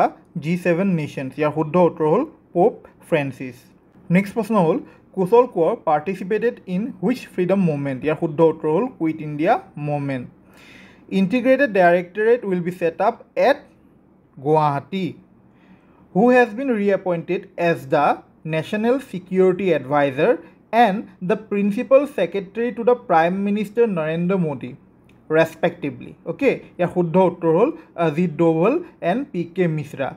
Ajit Doval as the National Security Advisor and P.K. Mishra as the Principal Secretary to the Prime Minister Narendra Modi. Our next question hol where will UEFA Euro 2024 be held and what is the name of its mascot? Here Shuddha Uttor hol Germany and the name of the mascot is Albert. Next question hol what are the financial incentives provided under the Mukhyamantri Nijut Moina scheme for eligible students? Here Shuddha Uttor hol ₹1000 per month for 10 months in higher secondary, ₹1250 per month for 10 months in degree first year and ₹2500 per month for 10 months in postgraduate first year. Keep in mind that Mukhyamantri Nijut Moina scheme is a scheme for the girl students who are not married with an exception for B.Ed and postgraduate girl students. Okay. Our next question hol who was sworn in as the Chief Minister of Sikkim? Here Shuddha Uttor hol Prem Singh Tamang. Who is the current governor of Sikkim? Here Shuddha Uttor hol Lakshman Acharya. Next question hol who is the current Chief Minister of Arunachal Pradesh? Here Shuddha Uttor hol option C Pema Khandu. Next question hol who is the current governor of Arunachal Pradesh? Here Shuddha Uttor hol option B K.T. Parnayak. Our next question hol the Maitri Setu is 1.9 km long bridge connecting Sabrum in India's Tripura with which place in Bangladesh? Here Shuddha Uttor hol option D Ramgarh. Next question hol the Maitri Setu connecting Sabrum in India's Tripura with Bangladesh Ramgarh is constructed over which river? Here Shuddha Uttor hol option C Feni river. Our next question hol under the PM Kishan Nidhi scheme how much amount is transferred into the bank accounts of all land holding farmers? Here Shuddha Uttor hol ₹6,000 annually in 3 equal installments of ₹2,000 মানে 2000 কে 3টা equal ইনষ্টলমেণ্টত total ₹6,000 এবছৰত পঠায় under the PM Kishan Nidhi scheme in the bank accounts of the land holding farmers. Next প্ৰশ্ন হ'ল who won the men's singles title at the latest French Open tournament? আৰু ইয়াৰ শুদ্ধ উত্তৰ হ'ল অপশ্যন চি কাৰ্লোছ এলকেৰাছ নেক্সট প্ৰশ্ন হ'ল which country does the women's single champion of the French Open 2024 Iga Swiatek represent? ইয়াৰ শুদ্ধ উত্তৰ হ'ল অপশ্যন চি পোলেণ্ড আমাৰ নেক্সট প্ৰশ্ন হ'ল where is the second campus of the Assam State Museum going to be inaugurated? ইয়াৰ শুদ্ধ উত্তৰ হ'ল Jorhat at Sukafa সমন্বয় ক্ষেত্ৰ of Jorhat okay Our next প্ৰশ্ন হল who is the Minister of Defense in India? ইয়াৰ শুদ্ধ উত্তৰ হল option C Rajnath Singh next প্ৰশ্ন হল which ministry is Amit Shah responsible for? ইয়াৰ শুদ্ধ উত্তৰ হল Ministry of Home Affairs and Ministry of Cooperation next প্ৰশ্ন হল who holds the portfolio of Ministry of Road Transport and Highways in India? ইয়াৰ শুদ্ধ উত্তৰ হল অপশ্যন এ নীতিন গাডকাৰী আমাৰ next প্ৰশ্ন হল Which minister is in charge of the Ministry of Health and Family Welfare? ইয়াৰ শুদ্ধ উত্তৰ হ'ল option C JP Nadda next প্ৰশ্ন হ'ল who is responsible for Ministry of Finance and Ministry of Corporate Affairs? ইয়াৰ শুদ্ধ উত্তৰ হ'ল অপশ্যন এ Nirmala Sitharaman next প্ৰশ্ন হ'ল which ministry does Subramaniam Jaishankar head? ইয়াৰ শুদ্ধ উত্তৰ হ'ল option A Ministry of External Affairs Our next প্রশ্ন হল who was the first and the longest serving prime minister in Indian history? ইয়াৰ শুদ্ধ উত্তৰ হল option C Jawaharlal Nehru next প্ৰশ্ন হল who was the first and the only woman to serve as Prime Minister of India? ইয়াৰ শুদ্ধ উত্তৰ হ'ল অপশ্যন ডি ইন্দিৰা গান্ধী। আমাৰ নেক্সট প্ৰশ্ন হ'ল, who was the first non Congress prime minister of India? ইয়াৰ শুদ্ধ উত্তৰ হ'ল অপশ্যন বি মোৰাৰজী দেশাই। আমাৰ নেক্সট প্ৰশ্ন হ'ল, who was the first non Congress prime minister to complete a full 5-year term? ইয়াৰ শুদ্ধ উত্তৰ হ'ল option C Atal Bihari Vajpayee. Next প্ৰশ্ন হ'ল, who was the first prime minister of India from a minority religion? ইয়াৰ শুদ্ধ উত্তৰ হ'ল অপশ্যন চি মনমোহন সিং। আমাৰ নেক্সট প্ৰশ্ন হ'ল, who is the only prime minister to be born in independent India and has been the longest serving non Congress prime minister? ইয়াৰ শুদ্ধ উত্তৰ হ'ল option C Narendra Modi. Last প্ৰশ্ন হৈ গ'ল, who is the second prime minister after Jawaharlal Nehru to be re-elected for 3 consecutive full terms in the office? ইয়াৰ শুদ্ধ উত্তৰ হ'ল অপশ্যন চি নৰেন্দ্ৰ মোদী। এতিয়া আমি কৰিম এই সপ্তাহৰ কাৰেণ্ট এফেয়াৰ্ছখিনি। অসমৰ দুজনে বাল সাহিত্য পুৰস্কাৰ পাইছে। ৰঞ্জু হাজৰিকাই পাইছে ফৰ হিজ আছামিজ নভেল বিপন্ন বিস্ময় খেল, আৰু ভি জেকভা মচ্ছাহাৰীয়ে পাইছে for her Bodo poetry collection বহুমা বৈনিব। অসমৰ 3জনে সাহিত্য একাডেমী যুৱা পুৰস্কাৰ পাইছে। নয়নজ্যোতি শৰ্মাই পাইছে for his Assamese short story collection জালকটা জুই, আৰু ৰাণী বড়োৱে পাইছে for her Bodo short story collection চাইক্লম, আৰু চুটাপা চক্ৰৱৰ্তীয়ে পাইছে ফৰ হাৰ বেংগলী এন্থলজি দেৰাজী হালুৰ ফুল গতজন্ম।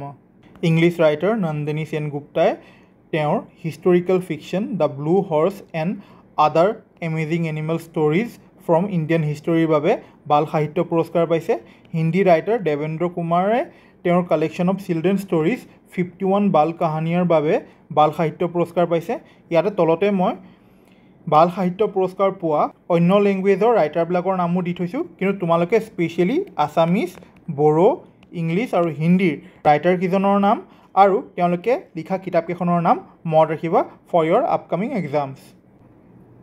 ইংলিছ ৰাইটাৰ কে বৈশালীয়ে তেওঁৰ কিতাপ homeless growing up lesbian and dyslexic in ইণ্ডিয়াৰ বাবে সাহিত্য একাডেমী যুৱা পুৰস্কাৰ পাইছে। হিন্দী অথৰ গৌৰৱ পাণ্ডেয়ে তেওঁৰ পয়েট্ৰি কালেকশ্যন স্মৃতিও কে বীচ ঘিৰি হে পৃথিৱীৰ বাবে সাহিত্য একাডেমী যুৱা পুৰস্কাৰ পাইছে।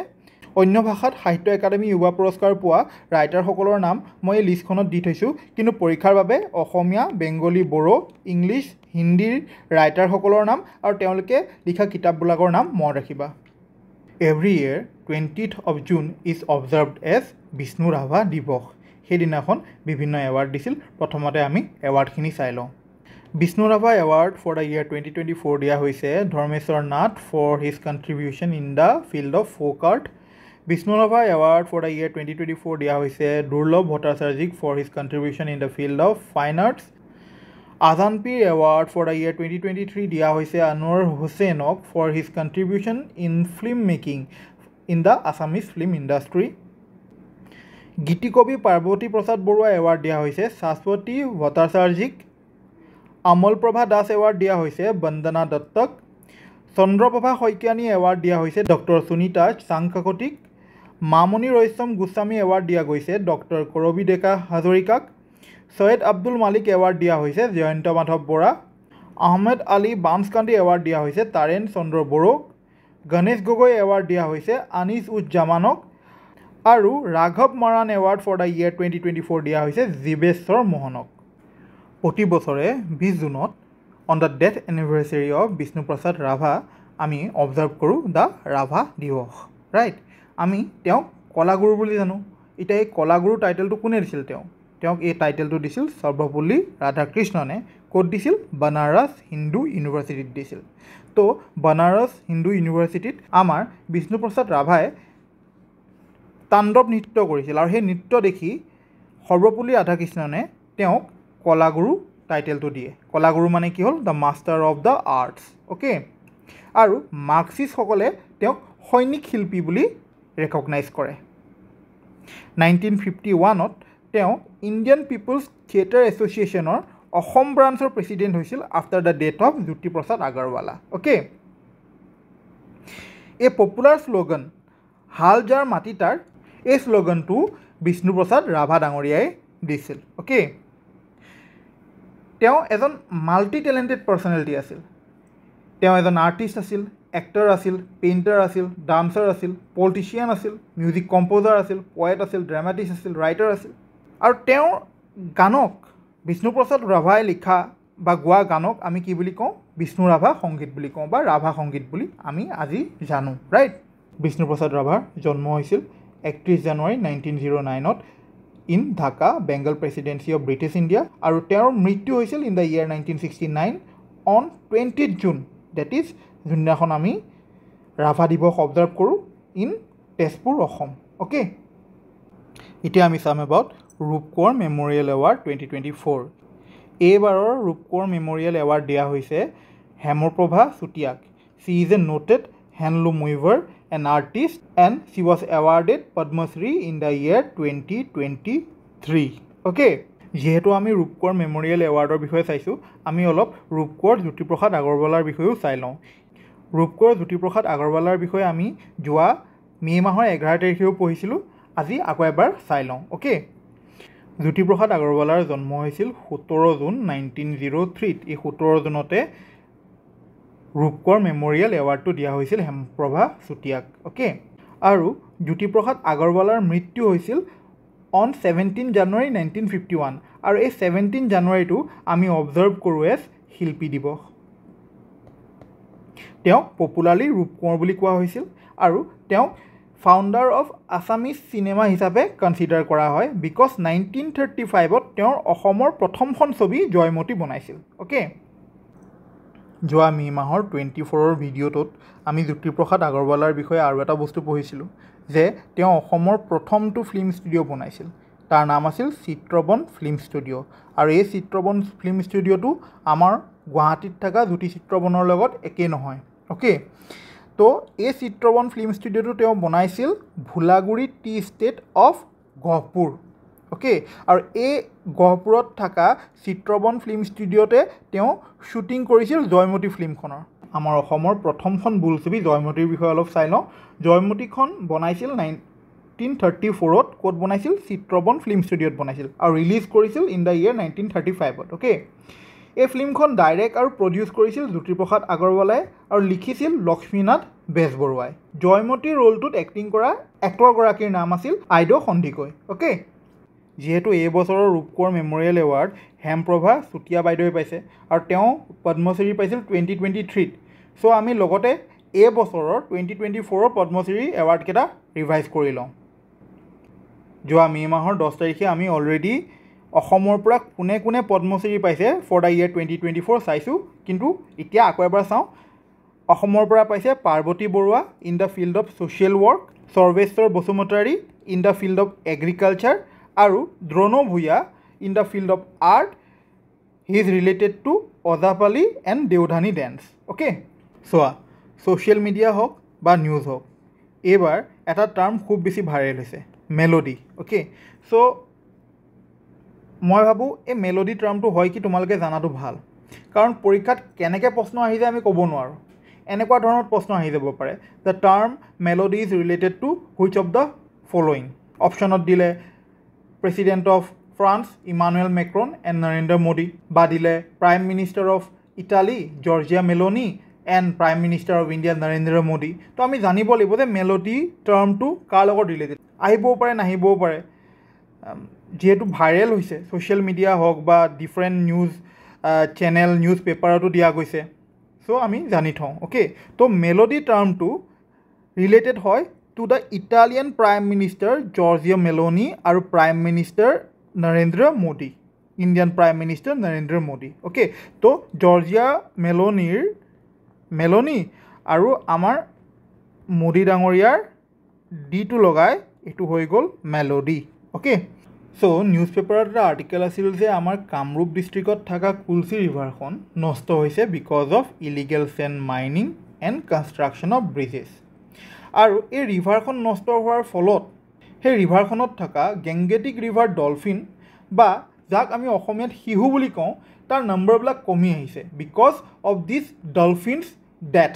চ' আমি অলপ কুলচি ৰিভাৰৰ বিষয়ে পঢ়ি লওঁ। So' Kulsi river is a tributary to the Brahmaputra river আৰু তাৰ অৰিজিনেট ক'ত হৈছে? অৰিজিনেট হৈছে west Khasi hills of Meghalaya. আৰু মেঘালয়ত কুলচি ৰিভাৰখনক কি বুলি কোৱা হয়? ক্ষীৰ ৰিভাৰ বুলি কোৱা হয়।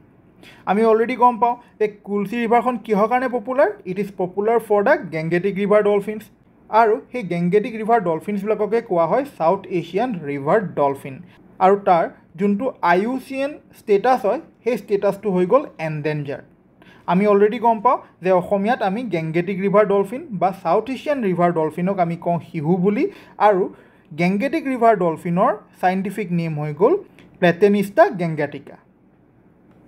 এই গেংগেটিক ৰিভাৰ ডলফিনে হৈ গ'ল the official mascot of the Guwahati city. And this makes Guwahati city the first city in the country to have its own city animal. Okay, vice president and ৰাজ্যসভাৰ চেয়াৰমেন জগদীপ ধনখড়, এইজন হৈ গ'ল Jagdeep Dhankhar. He inaugurates the Prerna Sthal. এই প্ৰেৰণাস্থলত ৰখা হ'ব the statues of freedom fighters and other leaders. Okay, এইখন হৈ গ'ল প্ৰেৰণাস্থল, তাতে আমাৰ ফ্ৰীডম ফাইটাৰ্ছ এণ্ড আদাৰ লিডাৰ্ছবিলাকৰ ষ্টেচুজ ৰখা হ'ব। এতিয়া এই প্ৰেৰণাস্থলটো ক'ত বনোৱা হৈছে? It has been constructed in the parliament house complex. Okay, ইয়াতে মই দুটা আৰ্টিকলৰ স্ক্ৰীনশ্বট দিছোঁ। প্ৰথমটো হৈ গ'ল টাইমছ অফ ইণ্ডিয়াৰ মাৰ্চৰ 10 তাৰিখৰ আৰ্টিকল, আৰু এইটো হৈ গ'ল হিল টাইমছৰ আৰ্টিকল জুনৰ 16 তাৰিখৰ আৰ্টিকল। অ'কে, তো ৰিচেণ্টলি কি হৈছে, আমাৰ অসমৰ চিফ মিনিষ্টাৰ হিমন্ত বিশ্ব শৰ্মা গৈছিল যোৰহাট, আৰু তাৰে লাচিত মৈদাম মেমৰিয়েল কমপ্লেক্সটোৰ ইনস্পেকশ্যন কৰিছিল।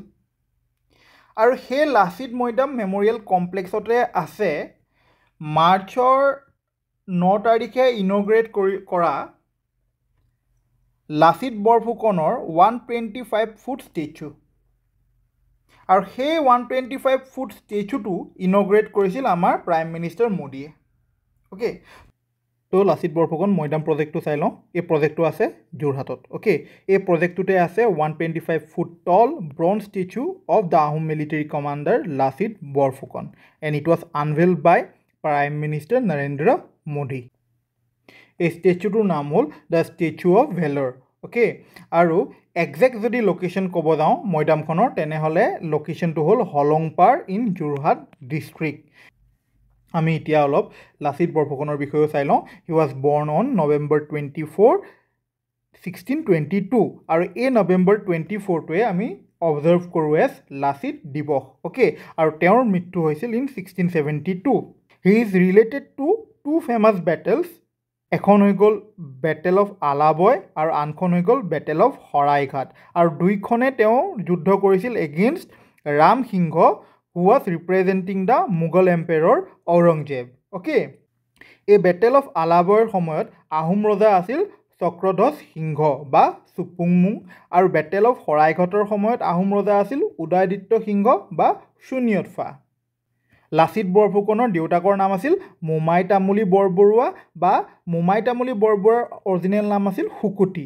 মোমাই Tamuli Borbarua, he was very popular for organising the Paik system under the rule of Pratap Singh বা চুচেংফা। ভাৰতৰ প্ৰথমখন ইক' ফ্ৰেণ্ডলি ছেক্ৰেটেৰিয়েট হৈ যায় আমাৰ অসম ছেক্ৰেটেৰিয়েট, কাৰণ এতিয়া অসম ছেক্ৰেটেৰিয়েটত যি ইলেক্ট্ৰিচিটিৰ ডেইলি নিড থাকিব, সেই নিডখিনি তেওঁলোকে নিজে জেনেৰেট কৰিব with the help of A solar photovoltaic system. আৰু তাৰ বাবে তেওঁলোকে এটা 2.5 মেগাৱাট পাৱাৰ জেনেৰেশ্যন কৰিব পৰা এটা ছ'লাৰ প্ৰজেক্ট ছেক্ৰেটেৰিয়েটত ছেটআপ কৰিছে। এতিয়া আমাৰ এক্সামৰ পইণ্ট অফ ভিউৰ পৰা মনত ৰাখিব লাগিব যে ভাৰতৰ প্ৰথমখন ইক' ফ্ৰেণ্ডলি ছেক্ৰেটেৰিয়েট বা ভাৰতৰ প্ৰথমখন civil secretariat that relies entirely on solar generated electricity হৈ গ'ল আমাৰ আছাম ছেক্ৰেটেৰিয়েট। অ'কে, নৰ্থ ইষ্টৰ প্ৰথমটো তেল ডিপু বা ফুৱেল ডিপু যোনটো প্ৰিজনাৰ্ছে অপাৰেট কৰিব, সেইটো ক'ত বনাইছে? বৰপেটাত বনাইছে। অ'কে, আৰু এই পাৰ্টিকুলাৰ ইনিচিয়েটিভটো কোনে কোনে লৈছে? এই পাৰ্টিকুলাৰ ইনিচিয়েটিভটো লৈছে ইণ্ডিয়ান অইল কৰ্পৰেশ্যন লিমিটেড আৰু অসম প্ৰিজেন্স ডিপাৰ্টমেণ্টে। মৰিগাঁৱৰ দুখন সত্ৰৰ যোনবোৰ হিষ্টৰিকেল ৰিচৰ্চেছ থাকে, যেনে মেনুস্ক্ৰিপ্ট, ফলিঅ', ইমেজ ইত্যাদিৰ ডিজিটাইজ ভাৰ্চন উলিয়ালে। অ'কে, তো সেই দুখন সত্ৰ কি কি হয়? সেই দুখন সত্ৰ হ'ল নৰুৱা বালি সত্ৰ আৰু নৰুৱা কুজি সত্ৰ। আৰু এই পাৰ্টিকুলাৰ প্ৰজেক্টটোত কোন কোন ইনভলভ আছিল? সূৰ্য কুমাৰ ভূঞা মেমৰিয়েল ট্ৰাষ্ট আৰু Indian national trust for art and cultural heritage. এতিয়া মে' মাহৰ 9 তাৰিখে মৰিগাঁৱৰ নৰুৱাকুজি সত্ৰৰ ওপৰত আৰু এটা আৰ্টিকেল আহিছিল নিউজ পেপাৰত আৰু সেই আৰ্টিকেলটোত আছিল যে অসম গভৰ্ণমেণ্টে নৰুৱাকুজি সত্ৰই পাব লগা এটা এনুৱেল পে'মেণ্ট দিয়া নাই এতিয়া সেই হিচাপত আমাৰ নৰুৱাকুজি সত্ৰৰ বিষয়ে যিহেতু ইমান নিউজ পেপাৰত আহিছে আমি নৰুৱাকুজি সত্ৰৰ ওপৰত অলপমান পঢ়ি লওঁ চ' নৰুৱাকুজি সত্ৰখন কোনখন ডিষ্ট্ৰিক্টত আছে মৰিগাঁও ডিষ্ট্ৰিক্টত আছে আৰু এই সত্ৰখন এষ্টাব্লিছ কৰিছিল ইন 1650 বাই দামোদৰ আতা আৰু সেই সময়ত আমাৰ আহোম ৰজা আছিল Jaydhwaj Singh also' known as Sutamala বা চুতামলা অ'কে নৰুৱাকুজি সত্ৰৰ প্ৰেজেণ্ট সত্ৰাধিকাৰ হৈ গ'ল Nityanandadev Goswami recently world economic ফ'ৰামে গ্ল'বেল এনাৰ্জি ট্ৰেনজিশ্যন ইণ্ডেক্সটো দিয়ে আৰু সেই ট্ৰেনজিশ্যন ইণ্ডেক্সত ইণ্ডিয়াৰ ৰেংকিং হৈ গ'ল 63 আৰু 1 নম্বৰত আছে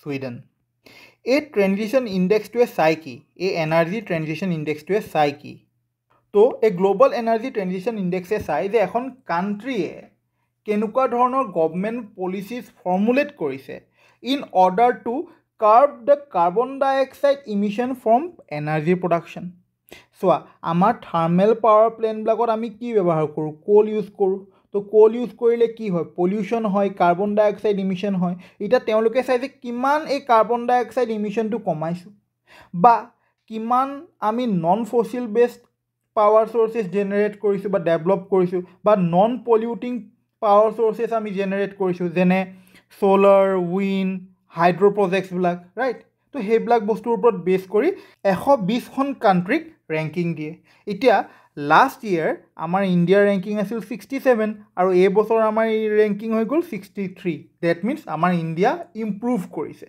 তাৰ মানে আমাৰ ইণ্ডিয়াই কাৰ্বন ইমিশ্যন কমাইছে নন ফচিল বেছ পাৱাৰ চ'ৰ্চেছৰ ওপৰত বেছি গুৰুত্ব দিছে ডেভেলপ কৰিছে ৰাইট আমি যদি চাইনাৰ পজিশ্যন চাওঁ তেনে চাইনাৰ ৰেংকিং আহিছে 20 আৰু টপ 3ত আছে ছুইডেন ডেনমাৰ্ক আৰু ফিনলেণ্ড লগতে আমি ৱৰ্ল্ড ইকনমিক ফ'ৰামৰ হেডকোৱাৰ্টাৰটো চাই থওঁ ৱৰ্ল্ড ইকনমিক ফ'ৰামৰ হেডকোৱাৰ্টাৰ আছে ক্লগনি ছুইজাৰলেণ্ডত চাইৰিল ৰামাফোছা দ্বিতীয়বাৰৰ বাবে ছাউথ আফ্ৰিকাৰ প্ৰেছিডেণ্ট হিচাপে ইলেক্ট হৈছে লগতে আমি ছাউথ আফ্ৰিকাৰ কেপিটেল আৰু কাৰেঞ্চি চাই লওঁ ছাউথ আফ্ৰিকাৰ কেপিটেল হৈ গ'ল 3খন প্ৰেটৰিয়া যোনখন হৈ গ'ল এক্সিকিউটিভ কেপিটেল কেপ টাউন হৈ গ'ল লেজিছলেটিভ কেপিটেল আৰু ব্লইম ফণ্টেইন হৈ গ'ল জুডিচিয়েল কেপিটেল এয়া চোৱা প্ৰেটৰিয়া কি হয় এক্সিকিউটিভ কেপিটেল ব্লইম ফণ্টেইন হৈ গ'ল জুডিচিয়েল কেপিটেল আৰু কেপ টাউন হৈ গ'ল আমাৰ লেজিছলেটিভ কেপিটেল ছাউথ আফ্ৰিকাৰ কাৰেঞ্চি হৈ গ'ল ৰাণ্ড এইখন হৈ গ'ল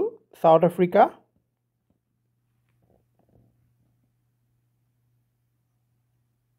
এতিয়া তোমালোকে দেখিছা ছাউথ আফ্ৰিকাৰ ভিতৰতে আৰু এখন কাণ্ট্ৰি আছে সেই কাণ্ট্ৰিখনৰ নাম হ'ল লেজেথো এইখন এখন এনক্লেভ কাণ্ট্ৰি এনক্লেভ কাণ্ট্ৰি মানে এনি কাণ্ট্ৰি হুইচ ইজ ছাৰাউণ্ডেড বাই আদাৰ কাণ্ট্ৰি অ'কে এনেকুৱা এনক্লেভ কাণ্ট্ৰি 3খন আছে এখন হৈ গ'লতো আমাৰ লেজোথো ছাউথ আফ্ৰিকাৰ ভিতৰত আৰু অন্য 2খন হৈ গ'ল ইটালীৰ ভিতৰত চেন মৰিনো আৰু ভেটিকান চিটি অ'কে এইখন হৈ গ'ল ৱৰ্ল্ড মেপ এই ৱৰ্ল্ড মেপখনত চোৱা ছাউথ আফ্ৰিকা আছে আফ্ৰিকান কণ্টিনেণ্টত আৰু এইখন হৈ গ'ল ইণ্ডিয়া অসম কেবিনেটত এটা মাইনৰ ৰিচাফল হ'ল য'ত হেল্থ এণ্ড ফেমিলি ৱেলফেয়াৰ মিনিষ্ট্ৰিটো which is one of the most important ministry সেই মিনিষ্ট্ৰিটো কোনে ল'লে আমাৰ চিফ মিনিষ্টাৰ হিমন্ত বিশ্ব শৰ্মাই okay railway conducts successful trial run on world's highest Chenab rail bridge okay তো চেনাব ব্ৰিজ হৈ গ'ল ৱৰ্ল্ডৰ হাইষ্ট ৰেলৱে ব্ৰিজ ক'ত আছে জম্মু এণ্ড কাশ্মীৰৰ ৰিয়াচি ডিষ্ট্ৰিক্টত আছে world highest railway bridge the Chenab bridge okay every year জুনৰ 21 আমি অবজাৰ্ভ কৰোঁ as international day of yoga এইবাৰ ইণ্টাৰনেশ্যনেল ডে অফ য়োগাৰ মেইন ইভেণ্ট পাতিছে Sher-i-Kashmir international conference centre in Srinagar আৰু এই শ্বেৰ-ই-কাশ্মীৰ ইণ্টাৰনেশ্যনেল কনফাৰেঞ্চ চেণ্টাৰটো আছে on the banks of the Dal lake এইবাৰৰ ইণ্টাৰনেশ্যনেল ডে অফ য়োগাৰ থিম হৈ গ'ল yoga for self and society আৰু শ্ৰীনগৰ ক'ত আছে শ্ৰীনগৰ আছে তোমাৰ জম্মু এণ্ড কাশ্মীৰত it is the summer capital of Jammu and Kashmir winter capital of Jammu and Kashmir হৈ গ'ল তোমাৰ জম্মু অ'কে আমি যদি জম্মু এণ্ড কাশ্মীৰৰ বিষয়ে চাওঁ তেনেহ'লে Jammu and Kashmir is a union territory মানে হ'ল any territory which is directly administered by the central government আৰু সেইবাবে ইউনিয়ন টেৰিটৰীক আমি কেতিয়াবা চেণ্ট্ৰেলি এডমিনিষ্ট্ৰাৰ্ড টেৰিটৰী বুলিও কওঁ the union territories are administered by the president through a administrator যেনে লিউটেনেণ্ট গভৰ্ণৰ এতিয়া জম্মু এণ্ড কাশ্মীৰৰ লিউটেনেণ্ট গভৰ্ণৰ হৈ গ'ল মনোজ সিনহা অ'কে জম্মু এণ্ড কাশ্মীৰৰ কিছুমান ফেমাছ প্লেচ চাওঁ যেনে Lidder valley Dal lake Shalimar gardens Vaishno Devi temple Amarnath cave আৰু গুলমাৰ্গ অ'কে এতিয়া আমাৰ ভাৰতত 8খন ইউনিয়ন টেৰিটৰী আৰু 28খন ষ্টেট আছে ইয়াতে মই ইউনিয়ন টেৰিটৰী কেইখনৰ নাম আৰু কেপিটেল দি থৈছোঁ আৰু ঠিক সেইদৰে ষ্টেট কেইখনৰ নাম আৰু কেপিটেল দি থৈছোঁ তোমালোকে এবাৰ ইউনিয়ন টেৰিটৰী আৰু ষ্টেটছ কেইখনৰ নাম উইথ দেয়াৰ কেপিটেলছ মনত ৰাখিব চেষ্টা কৰিবা আৰু তাৰ পাছত সেই ইউনিয়ন টেৰিটৰীজবিলাক ইয়াতে তোমালোকে মেপত লোকেট কৰিব চেষ্টা কৰিবা ঠিক সেইদৰে ষ্টেটবিলাকো এই মেপখনত লোকেট কৰিব চেষ্টা কৰিবা অ'কে এভৰি ইয়েৰ জুন 19 আমি অবজাৰ্ভ কৰোঁ ৱৰ্ল্ড চিকল চেল ডে এই বছৰৰ থিমটো হৈ গ'ল hope through progress advancing sickle cell care globally sickle cell disease যেতিয়া হয় তেনে অৱস্থাত আমাৰ যোনবিলাক ৰেড ব্লাড চেল থাকে বা RBC থাকে তাৰ শ্বেপবিলাক চেঞ্জ হৈ যায় ডেট ইজ নৰ্মেলি এনেকুৱা ৰাউণ্ড থাকে যেতিয়া চিকেল চেল ডিজিজ থাকে তেনে অৱস্থাত আমাৰ RBCবিলাক হৈ যায় চিকেল শ্বেপ যেতিয়া এই ৰাউণ্ড RBCবিলাক চিকেল শ্বেপ হয় তেনে অৱস্থাত তেওঁলোকৰ যোনটো মুভমেণ্ট হয় সেইটো ফ্ৰীলি হ'ব নোৱাৰে ৰেষ্ট্ৰিকশ্যন কিছুমান আহে ৰাইট এই RBCবিলাকে এটা বহুত ইম্পৰ্টেণ্ট কাম কৰে তেওঁলোকে লাংছৰ পৰা অক্সিজেন কেৰি কৰে to different parts of the body আৰু তেওঁলোক যেতিয়া সেই বডি পাৰ্টছৰ পৰা উভতি আহে তেওঁলোকে কাৰ্বন ডাই অক্সাইড লৈ আহে লাংছলৈ এতিয়া ইমান ইম্পৰ্টেণ্ট ফাংচনটো যেতিয়া প্ৰপাৰলি RBCখিনিয়ে কৰিব নোৱাৰে ৰেষ্ট্ৰিকশ্যন আহে তেনে অৱস্থাত কি হয় আমাৰ বিভিন্ন বেমাৰ আজাৰ হয় যেনে পেইন হ'ব পাৰে অৰ্গেন ডেমেজ হ'ব পাৰে এনিমিয়া হ'ব পাৰে ইত্যাদি হ'ব পাৰে ৰাইট চ' এই পাৰ্টিকুলাৰ কণ্ডিশ্যনটো ৰেড ব্লাড চেলৰ এই পাৰ্টিকুলাৰ কণ্ডিশ্যনটো য'ত ৰাউণ্ড শ্বেপটো চিকেল শ্বেপ হৈ যায় এইটোকে কোৱা হয় চিকেল চেল ডিজিজ বুলি Dhiren Baruah the founding president of the NGO save Guwahati build Guwahati is known as Guwahati Pran for his exceptional contribution to the city first mayor of Dibrugarh municipal corporation হৈ গ'ল ডক্টৰ সৈকত পাত্ৰ আৰু তেওঁৰ ডেপুটি হৈ গ'ল উজ্জ্বল ফুকন এতিয়া আমাৰ অসমত দুখন মিউনিচিপেল কৰ্পৰেশ্যন হৈ গ'ল এখন হৈ গ'ল গুৱাহাটী মিউনিচিপেল কৰ্পৰেশ্যন আৰু আনখন হৈ গ'ল ডিব্ৰুগড় মিউনিচিপেল কৰ্পৰেশ্যন আমাৰ অসমৰ চাহপাতত এটা নতুন বেমাৰ দেখা দিছে সেই বেমাৰটোৰ নাম হ'ল লিফ নেক্ৰ'চিছ এই বেমাৰটো এটা ফাংগাছ লেজিঅ'ডিপ্ল'ডিয়া থিঅ'ব্ৰমে এই বেমাৰটো কৰে এই বেমাৰটোত কি হয় চাহপাতবিলাক পচি যায় ডিমাছা কমিউনিটিৰ লগত ৰিলেটেড এজন ফৰ্চুন টেলাৰ যাৰ নাম আছিল আলাদেও খেৰছা তেওঁৰ ষ্টেচু এটা ৰিচেণ্টলি ডিমা হাছাওত ইনগ্ৰেট কৰিলে আজি পঢ়োৱা টপিক কেইটাৰ ওপৰত বেছ কৰি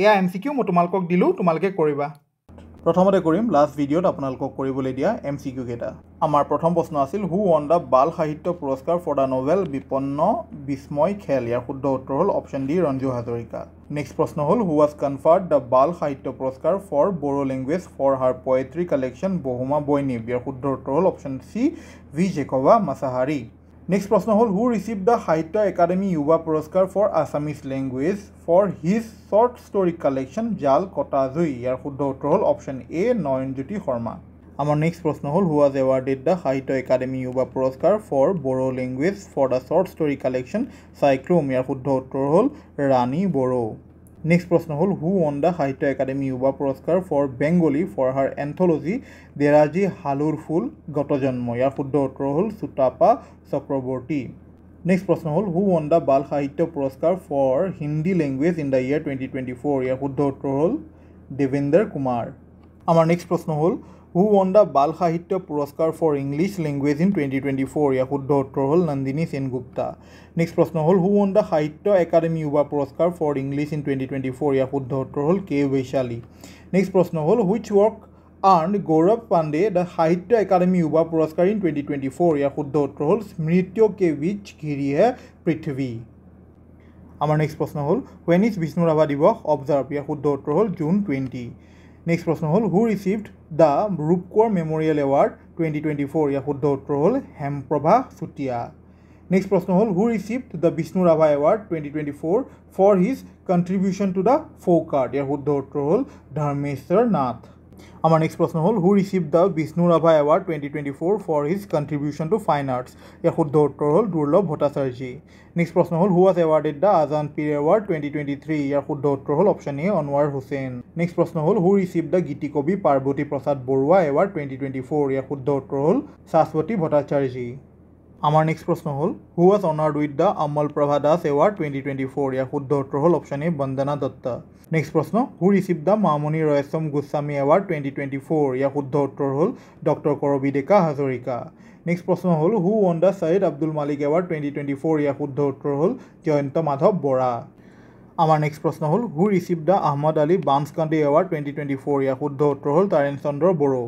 নেক্সট প্ৰশ্ন হ'ল who was honored with Ganesh Gogoi Award 2024? ইয়াৰ শুদ্ধ উত্তৰ হ'ল অনিজুজ্জামান। নেক্সট প্ৰশ্ন হ'ল who received the ৰাঘৱ মৰাণ Award 2024? ইয়াৰ শুদ্ধ উত্তৰ হ'ল জীৱেশ্বৰ মোহন। আমাৰ নেক্সট প্ৰশ্ন হ'ল who bestowed the title of Kalaguru to Bishnu Prasad Rabha? ইয়াৰ শুদ্ধ উত্তৰ হ'ল সৰ্বপল্লী ৰাধাকৃষ্ণন। নেক্সট প্ৰশ্ন হ'ল who gave the slogan হাল যাৰ মাটি তাৰ? ইয়াৰ শুদ্ধ উত্তৰ হ'ল বিষ্ণু প্ৰসাদ ৰাভা। নেক্সট প্ৰশ্ন হ'ল what is the name of Assam's first film studio? ইয়াৰ শুদ্ধ উত্তৰ হ'ল Chitraban film studio' at Gohpur. Next প্ৰশ্ন হ'ল who is regarded as the founder of Assamese cinema? ইয়াৰ শুদ্ধ উত্তৰ হ'ল জ্যোতিপ্ৰসাদ আগৰৱালা। নেক্সট প্ৰশ্ন হ'ল when is শিল্পী দিৱস observed? ইয়াৰ শুদ্ধ উত্তৰ হ'ল 17 জানুৱাৰী। নেক্সট প্ৰশ্ন হ'ল who received the Padmasree Award in 2024 from Assam for social work? ইয়াৰ শুদ্ধ উত্তৰ হ'ল পাৰ্বতী বৰুৱা। নেক্সট প্ৰশ্ন হ'ল what endangered species is notably found in the Kulsi River in Assam? ইয়াৰ শুদ্ধ উত্তৰ হ'ল South Asian river dolphin বা Gangetic river dolphin। নেক্সট প্ৰশ্ন হ'ল what is the local Assamese name for South Asian river dolphin found in Kulsi River? ইয়াৰ শুদ্ধ উত্তৰ হ'ল শিহু। Next প্ৰশ্ন হ'ল which city in India became the first to have its own city animal? ইয়াৰ শুদ্ধ উত্তৰ হ'ল গুৱাহাটী। নেক্সট প্ৰশ্ন হ'ল what animal was declared as the official mascot of Guwahati by the Kamrup Metropolitan District Administration? ইয়াৰ শুদ্ধ উত্তৰ হ'ল Gangetic river dolphin। নেক্সট প্ৰশ্ন হ'ল what is the name of the statue of Lasit Borphukan unveiled by Prime Minister Narendra Modi? ইয়াৰ শুদ্ধ উত্তৰ হ'ল Statue of Valor। Next প্ৰশ্ন হ'ল Lasit Borphukan's Moidam is located in which district of Assam? ইয়াৰ শুদ্ধ উত্তৰ হ'ল Jorhat. How tall is the statue of Lasit Borphukan unveiled on March 9, 2024? ইয়াৰ শুদ্ধ উত্তৰ হ'ল 125 feet। নেক্সট প্ৰশ্ন হ'ল which state secretariat in India became the first to rely entirely on solar generated electricity for daily consumption? ইয়াৰ শুদ্ধ উত্তৰ হ'ল Assam. Next প্ৰশ্ন হ'ল what is the capacity of the solar power project at Assam Secretariat? ইয়াৰ শুদ্ধ উত্তৰ হ'ল 2.5 megawatt। Next প্ৰশ্ন হ'ল where is North East India's first fuel depot operated by prisoners going to be established? ইয়াৰ শুদ্ধ উত্তৰ হ'ল Barpeta. North East India's first fuel depot operated by prisoners is an initiative of which organization? ইয়াৰ শুদ্ধ উত্তৰ হ'ল Indian Oil Corporation Limited. Digitized version of historical resources of which Hotros were recently launched? ইয়াৰ শুদ্ধ উত্তৰ হ'ল নৰুৱাবালি সত্ৰ and নৰুৱাকুজি Satra of Morigaon. In which district is নৰুৱাকুজি Satra located? ইয়াৰ শুদ্ধ উত্তৰ হ'ল Morigaon. Who established the নৰুৱাকুজি সত্ৰ? ইয়াৰ শুদ্ধ উত্তৰ হ'ল নিত্যানন্দ দেৱ গোস্বামী। নেক্সট প্ৰশ্ন হ'ল during the rule of which Ahom king was the নৰুৱাকুজি Satra established? ইয়াৰ শুদ্ধ উত্তৰ হ'ল জয়ধ্বজ সিংহ। What is India's rank in Global Energy Transition Index released by the World Economic Forum? ইয়াৰ শুদ্ধ উত্তৰ হ'ল 63rd.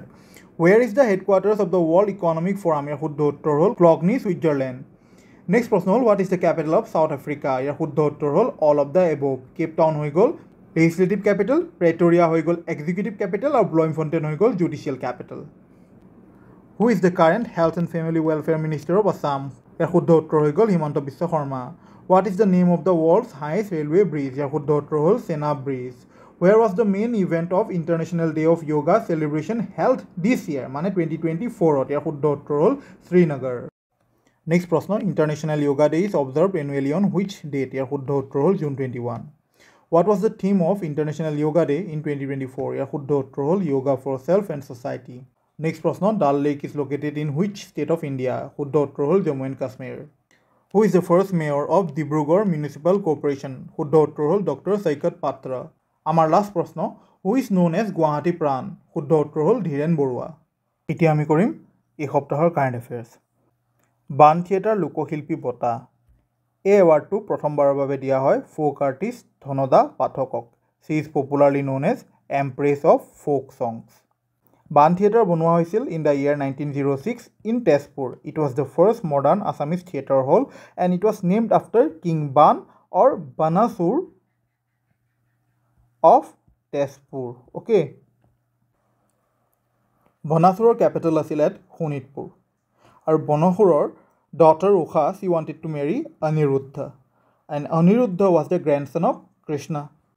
This is Aniruddha, this is Usha and this is উষা's friend Chitralekha. যিহেতু বনচুৰে বিচৰা নাছিল যে অনিৰুদ্ধ আৰু উষাৰ বিয়া হওক, চ' কি কৰিলে, বনচুৰে অনিৰুদ্ধক বন্দী বনালে আৰু উষাকো অগ্নিগড়ত বন্দী কৰি থৈ দিলে। So' Shri Krishna comes to save his grandson Aniruddha. আৰু বনাচুৰ আছিল লৰ্ড শিৱাৰ ডিভোটি আৰু তেওঁ শিৱাৰ পৰা বৰদানো পাই থৈছিল। চ' তেওঁ কি কৰিলে, তেওঁ শিৱক ক'লে যে আপুনি মোক ডিফেণ্ড কৰক। চ' কি হ'ল, বনচুৰক ডিফেণ্ড কৰি আছিল শিৱই আৰু অনিৰুদ্ধক প্ৰটেক্ট কৰিবলৈ আহিছে বা লৈ যাব আহিছে শ্ৰীকৃষ্ণই। চ' শিৱ আৰু শ্ৰীকৃষ্ণৰ মাজত যুদ্ধ হয় আৰু সেই যুদ্ধখনক কয় হৰিহৰৰ যুদ্ধ বুলি। আৰু সেই যুদ্ধখনত ইমান তেজ বয় যে সেই জেগাকণৰ নাম তেজপুৰ কৰি দিলে। ডেট মিনছ তেজ মানে ব্লাড আৰু পুৰ মানে city, that means city of blood Tezpur. এয়া হৈ গ'ল হৰহৰি যুদ্ধ।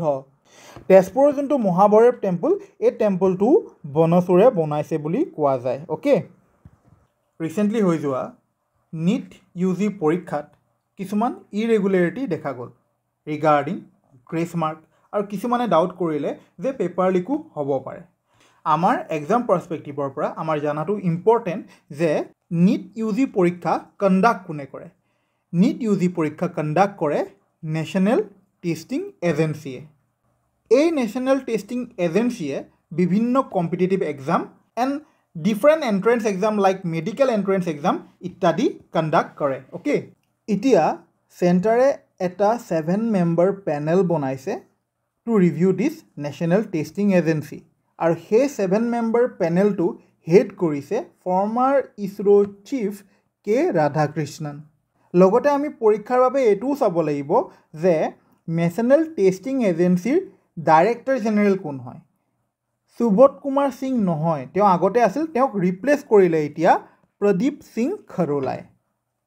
যদি সোধে নেশ্যনেল টেষ্টিং এজেঞ্চি কোনটো মিনিষ্ট্ৰীৰ আণ্ডাৰত আহে, তেনেহ'লে it comes under the ministry of education.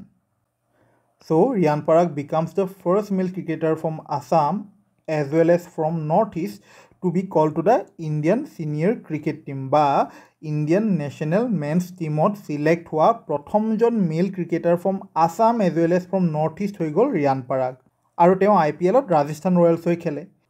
আৰু উমা চেত্ৰী হৈ গ'ল অসমৰ প্ৰথমগৰাকী মহিলা ক্ৰিকেটাৰ যাক ছিনিয়ৰ নেশ্যনেল ওমেন্স টিমৰ বাবে ছিলেক্ট কৰা হৈছিল। অ'কে, আৰু তেওঁ ওমেন্স প্ৰিমিয়াৰ লীগত UP ৱাৰিয়াৰ্ছ হৈ খেলে। Intelligence bureau' chief Tapan Kumar Deka gets 1 year extension. এতিয়া তেওঁ বিলং কৰে from Tezpur Assam and that is why he is important for our examination. এতিয়া এক্সামত যদি সোধে who is the chief of intelligence bureau' বা who is the director of the intelligence bureau', তেনেহ'লে উত্তৰটো হ'ব Tapan Kumar Deka. Natural history museum লণ্ডনত ডক্টৰ পূৰ্ণিমা দেৱী বৰ্মনে ডিজাইন কৰা অসমীয়া মেখেলা চাদৰ আৰু এটা হাড়গিলা মটিভ ডিছপ্লে কৰা হৈছে। আমি যোৱা 1 জুনৰ পৰা 8 জুনৰ যোনখিনি কাৰেণ্ট এফেয়াৰ্ছ কৰিছিলোঁ তাতে আমি পঢ়িছিলোঁ যে পূৰ্ণিমা দেৱী বৰ্মনৰ লগত ফ্ৰান্সৰ এখন এডুকেশ্যনেল ইনষ্টিটিউট ICD লিমিউৰ্ছে 2 বছৰীয়া এগ্ৰিমেণ্ট কৰিছে আৰু পূৰ্ণিমা দেৱী বৰ্মনক ৰিচেণ্টলি হোৱাইটলি গোল্ড এৱাৰ্ড দিয়া হৈছে। She was also awarded the UNEP Champion of the Art Award in the year 2022. She is well known for conserving the Greater Adjutant Stroke বা Hargila. And for that, she leads the Hargila army in 2 villages of the Kamrup district, which are Dadara and Pacharia. Okay. 9th All India Police Judo Cluster এবাৰ কোনে host কৰিছে? অসমে host কৰিছে in Guwahati. এই particular টুৰ্ণামেণ্টটোত আমাৰ police পাৰ্চনেলছবিলাকে compete কৰে in 5 martial arts ডিচিপ্লিনছ। কি judo, karate, টাইকোণ্ডো, উছু আৰু পেনকেক চিলাট। এই টুৰ্ণামেণ্টটোৰ মেস্কট হৈ গ'ল লুইট। এইজন হৈ গ'ল আমাৰ মেস্কট লুইট। এইবাৰ 18 লোকসভাৰ যেতিয়া প্ৰটেম স্পীকাৰ এপইণ্ট হৈছিল, খুবেই বেছি নিউজত আছিল because of the political tussle between the opposition and the ruling party. So' what was the political tussle that is not important. আমাৰ বাবে ইম্পৰ্টেণ্ট হয় যে প্ৰটেম স্পীকাৰ হিচাপে কোন এপইণ্ট হৈছিল।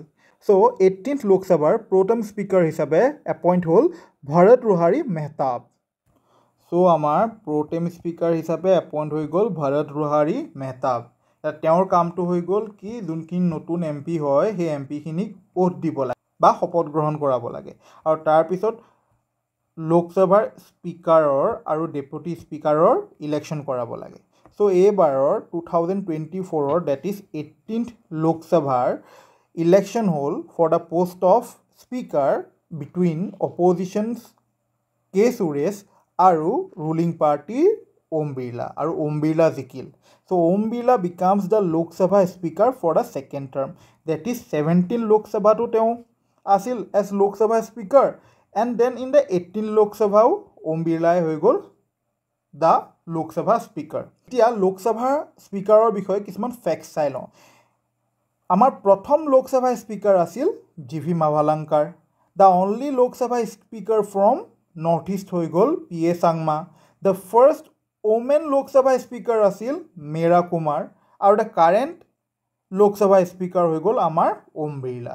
Okay, as a Lok Sabha speaker longest tenure আছিল বলৰাম ঝাকৰ, আৰু shortest টেনিয়ৰ আছিল নীলম সঞ্জীৱা ৰেড্ডিৰ। অ'কে, অসমৰ ৰীমা দাসক ইনভাইট কৰিছে academy of motion picture arts and sciences join কৰিবলৈ।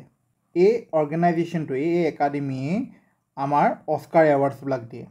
ৰীমা দাসৰ লগত অন্য ফিল্ম পাৰ্চনেলিটিজ যেনে চাবানা আজমি, ৰাজামৌলি, ৰবি বৰ্মন আৰু বহুত কেইজনক একাডেমি জইন কৰিবলৈ ইনভিটেশ্যন দিছে। ৰীমা দাসৰ আগত আমাৰ অসমৰ পৰা sound designer Amrit Pritam, Debajit Changmai, film maker Rima কাকতিকো একাডেমি জইন কৰিবলৈ ইনভিটেশ্যন দিয়া হৈছিল।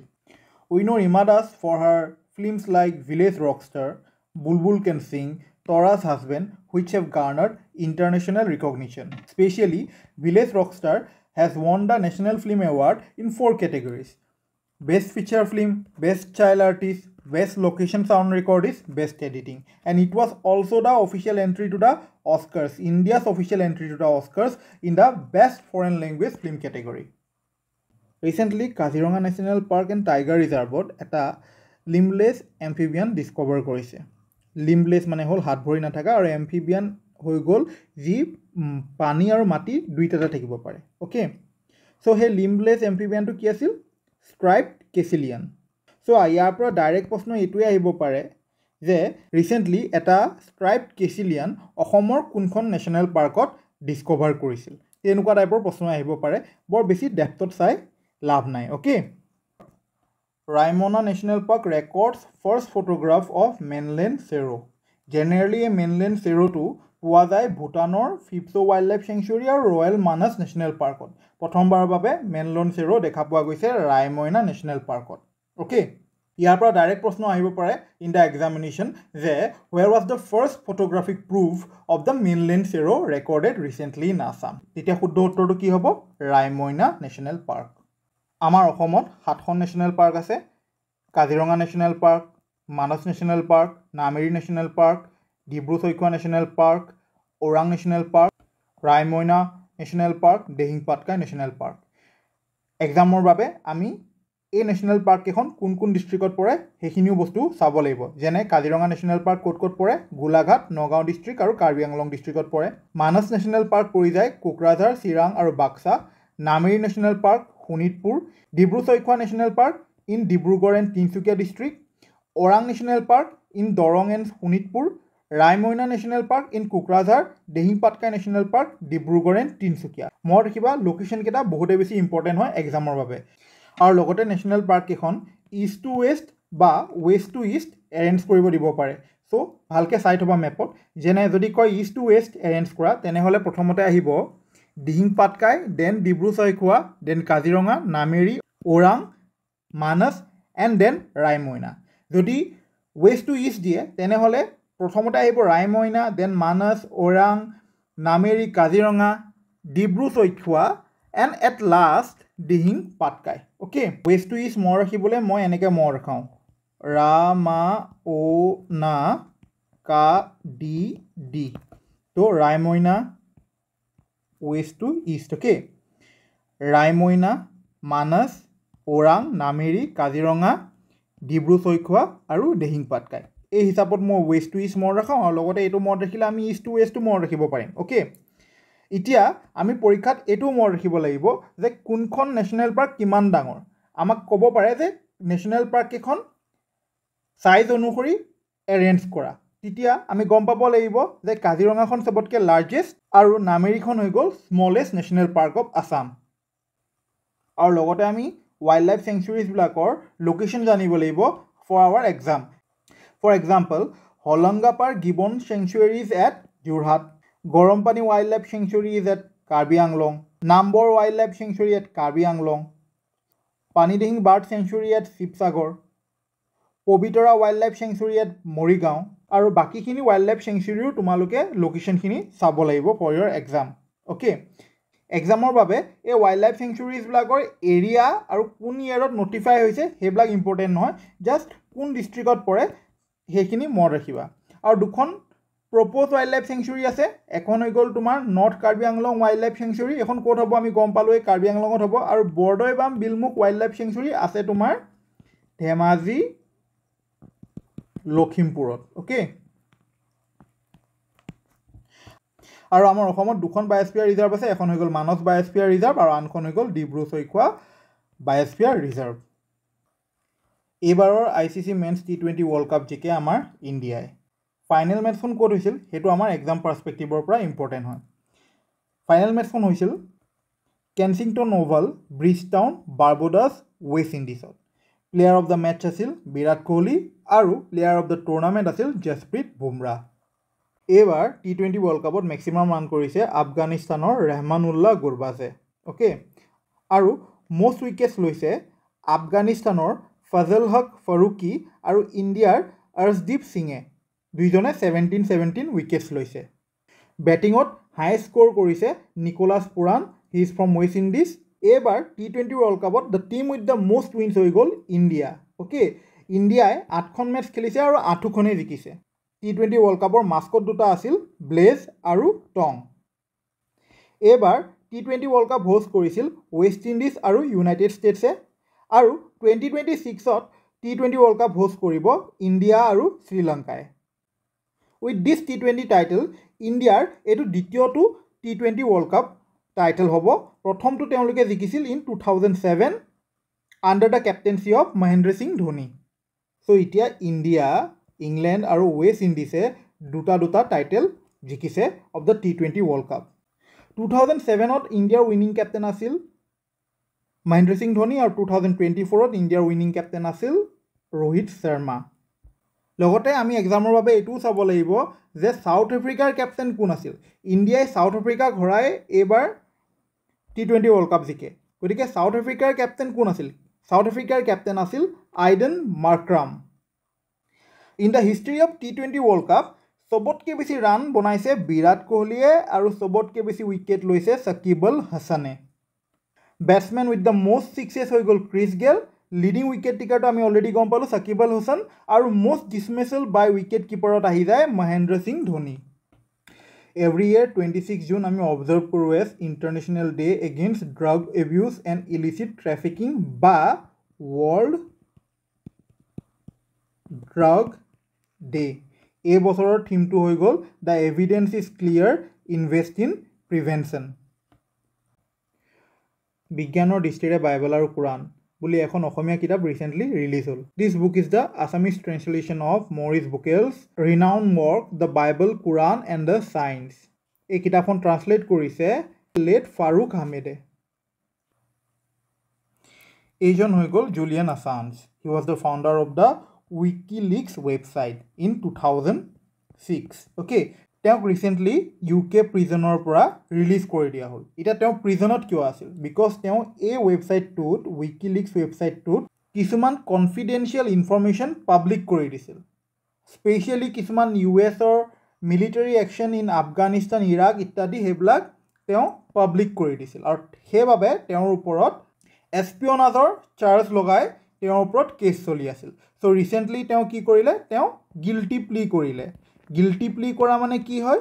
যে তেওঁ একচেপ্ট কৰিলে যে তেওঁৰ ভুল হ'ল, আৰু সেইবাবে তেওঁৰ যোনটো 175 ইয়েৰৰ প্ৰিজন চেণ্টেঞ্চ আছিল সেইটো শ্বৰ্ট কৰি তেওঁ ৰিচেণ্টলি ৰিলিজ কৰি দিলে ফ্ৰম দ্য প্ৰিজন। আমাৰ এক্সাম পইণ্ট অফ ভিউৰ পৰা আমি অকল এইটো জানিলেই হ'ল যে উইকিলিক্সৰ ফাউণ্ডাৰ কোন হয়? Julian Assange. Okay, Sanjana Thakur from Mumbai wins the overall Commonwealth Short Story Prize 2024 for her story Aishwarya Rai. Okay. Generally, Commonwealth Short Story Prize-ত 5টা ৰিজনেল উইনাৰ্ছ থাকে, যেনেকৈ আফ্ৰিকাৰ বাবে ৰীনা উষা ৰুংগো, এছিয়াৰ বাবে সঞ্জনা ঠাকুৰ মুম্বাইৰ পৰা, কেনেডা এণ্ড ইউৰোপৰ বাবে জুলিয়া বচাৰ্ড, কেৰিবিয়ান ৰিজনৰ বাবে পৰ্চিয়া চাব্ৰন আৰু পেচিফিক ৰিজনৰ বাবে পি ৰবাৰ্টছন। কিন্তু এই 5টা ৰিজনেল উইনাৰ্ছৰ মাজতো এটা overall Commonwealth short story prize থাকে, আৰু সেই প্ৰাইজটো জিকিছে আমাৰ ইণ্ডিয়াৰ সঞ্জনা ঠাকুৰে for her story Aishwarya Rai. Okay, আজি পঢ়া টপিককেইটাৰ ওপৰত বেছ কৰি মই এইকেইটা MCQ দিলোঁ, তোমালোকে কৰিবা।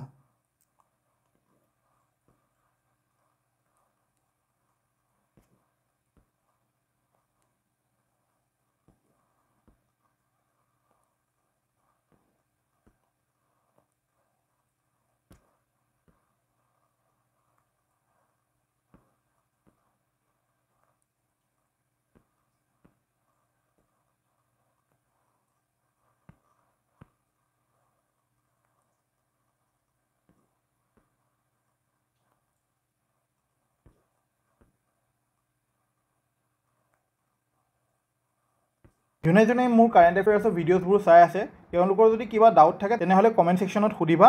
আজিৰ ভিডিঅ'টো মই ইয়াতে শেষ কৰিলোঁ। তোমালোকে গম পোৱা এই PDF-টো তোমালোকে APSC ৰাইজ টেলিগ্ৰাম চেনেলটোৰ পৰা ডাউনলোড কৰিব পাৰিবা। চেনেলটোৰ লিংক মই ডেছক্ৰিপশ্যন আৰু কমেণ্ট ছেকশ্যনত দি থ'ম। APSC ৰাইজৰ যদি ভিডিঅ'ছবোৰ চাই ভাল লাগিছে তেনেহ'লে চেনেলটো ছাবস্ক্ৰাইব কৰি দিবা। Thank U.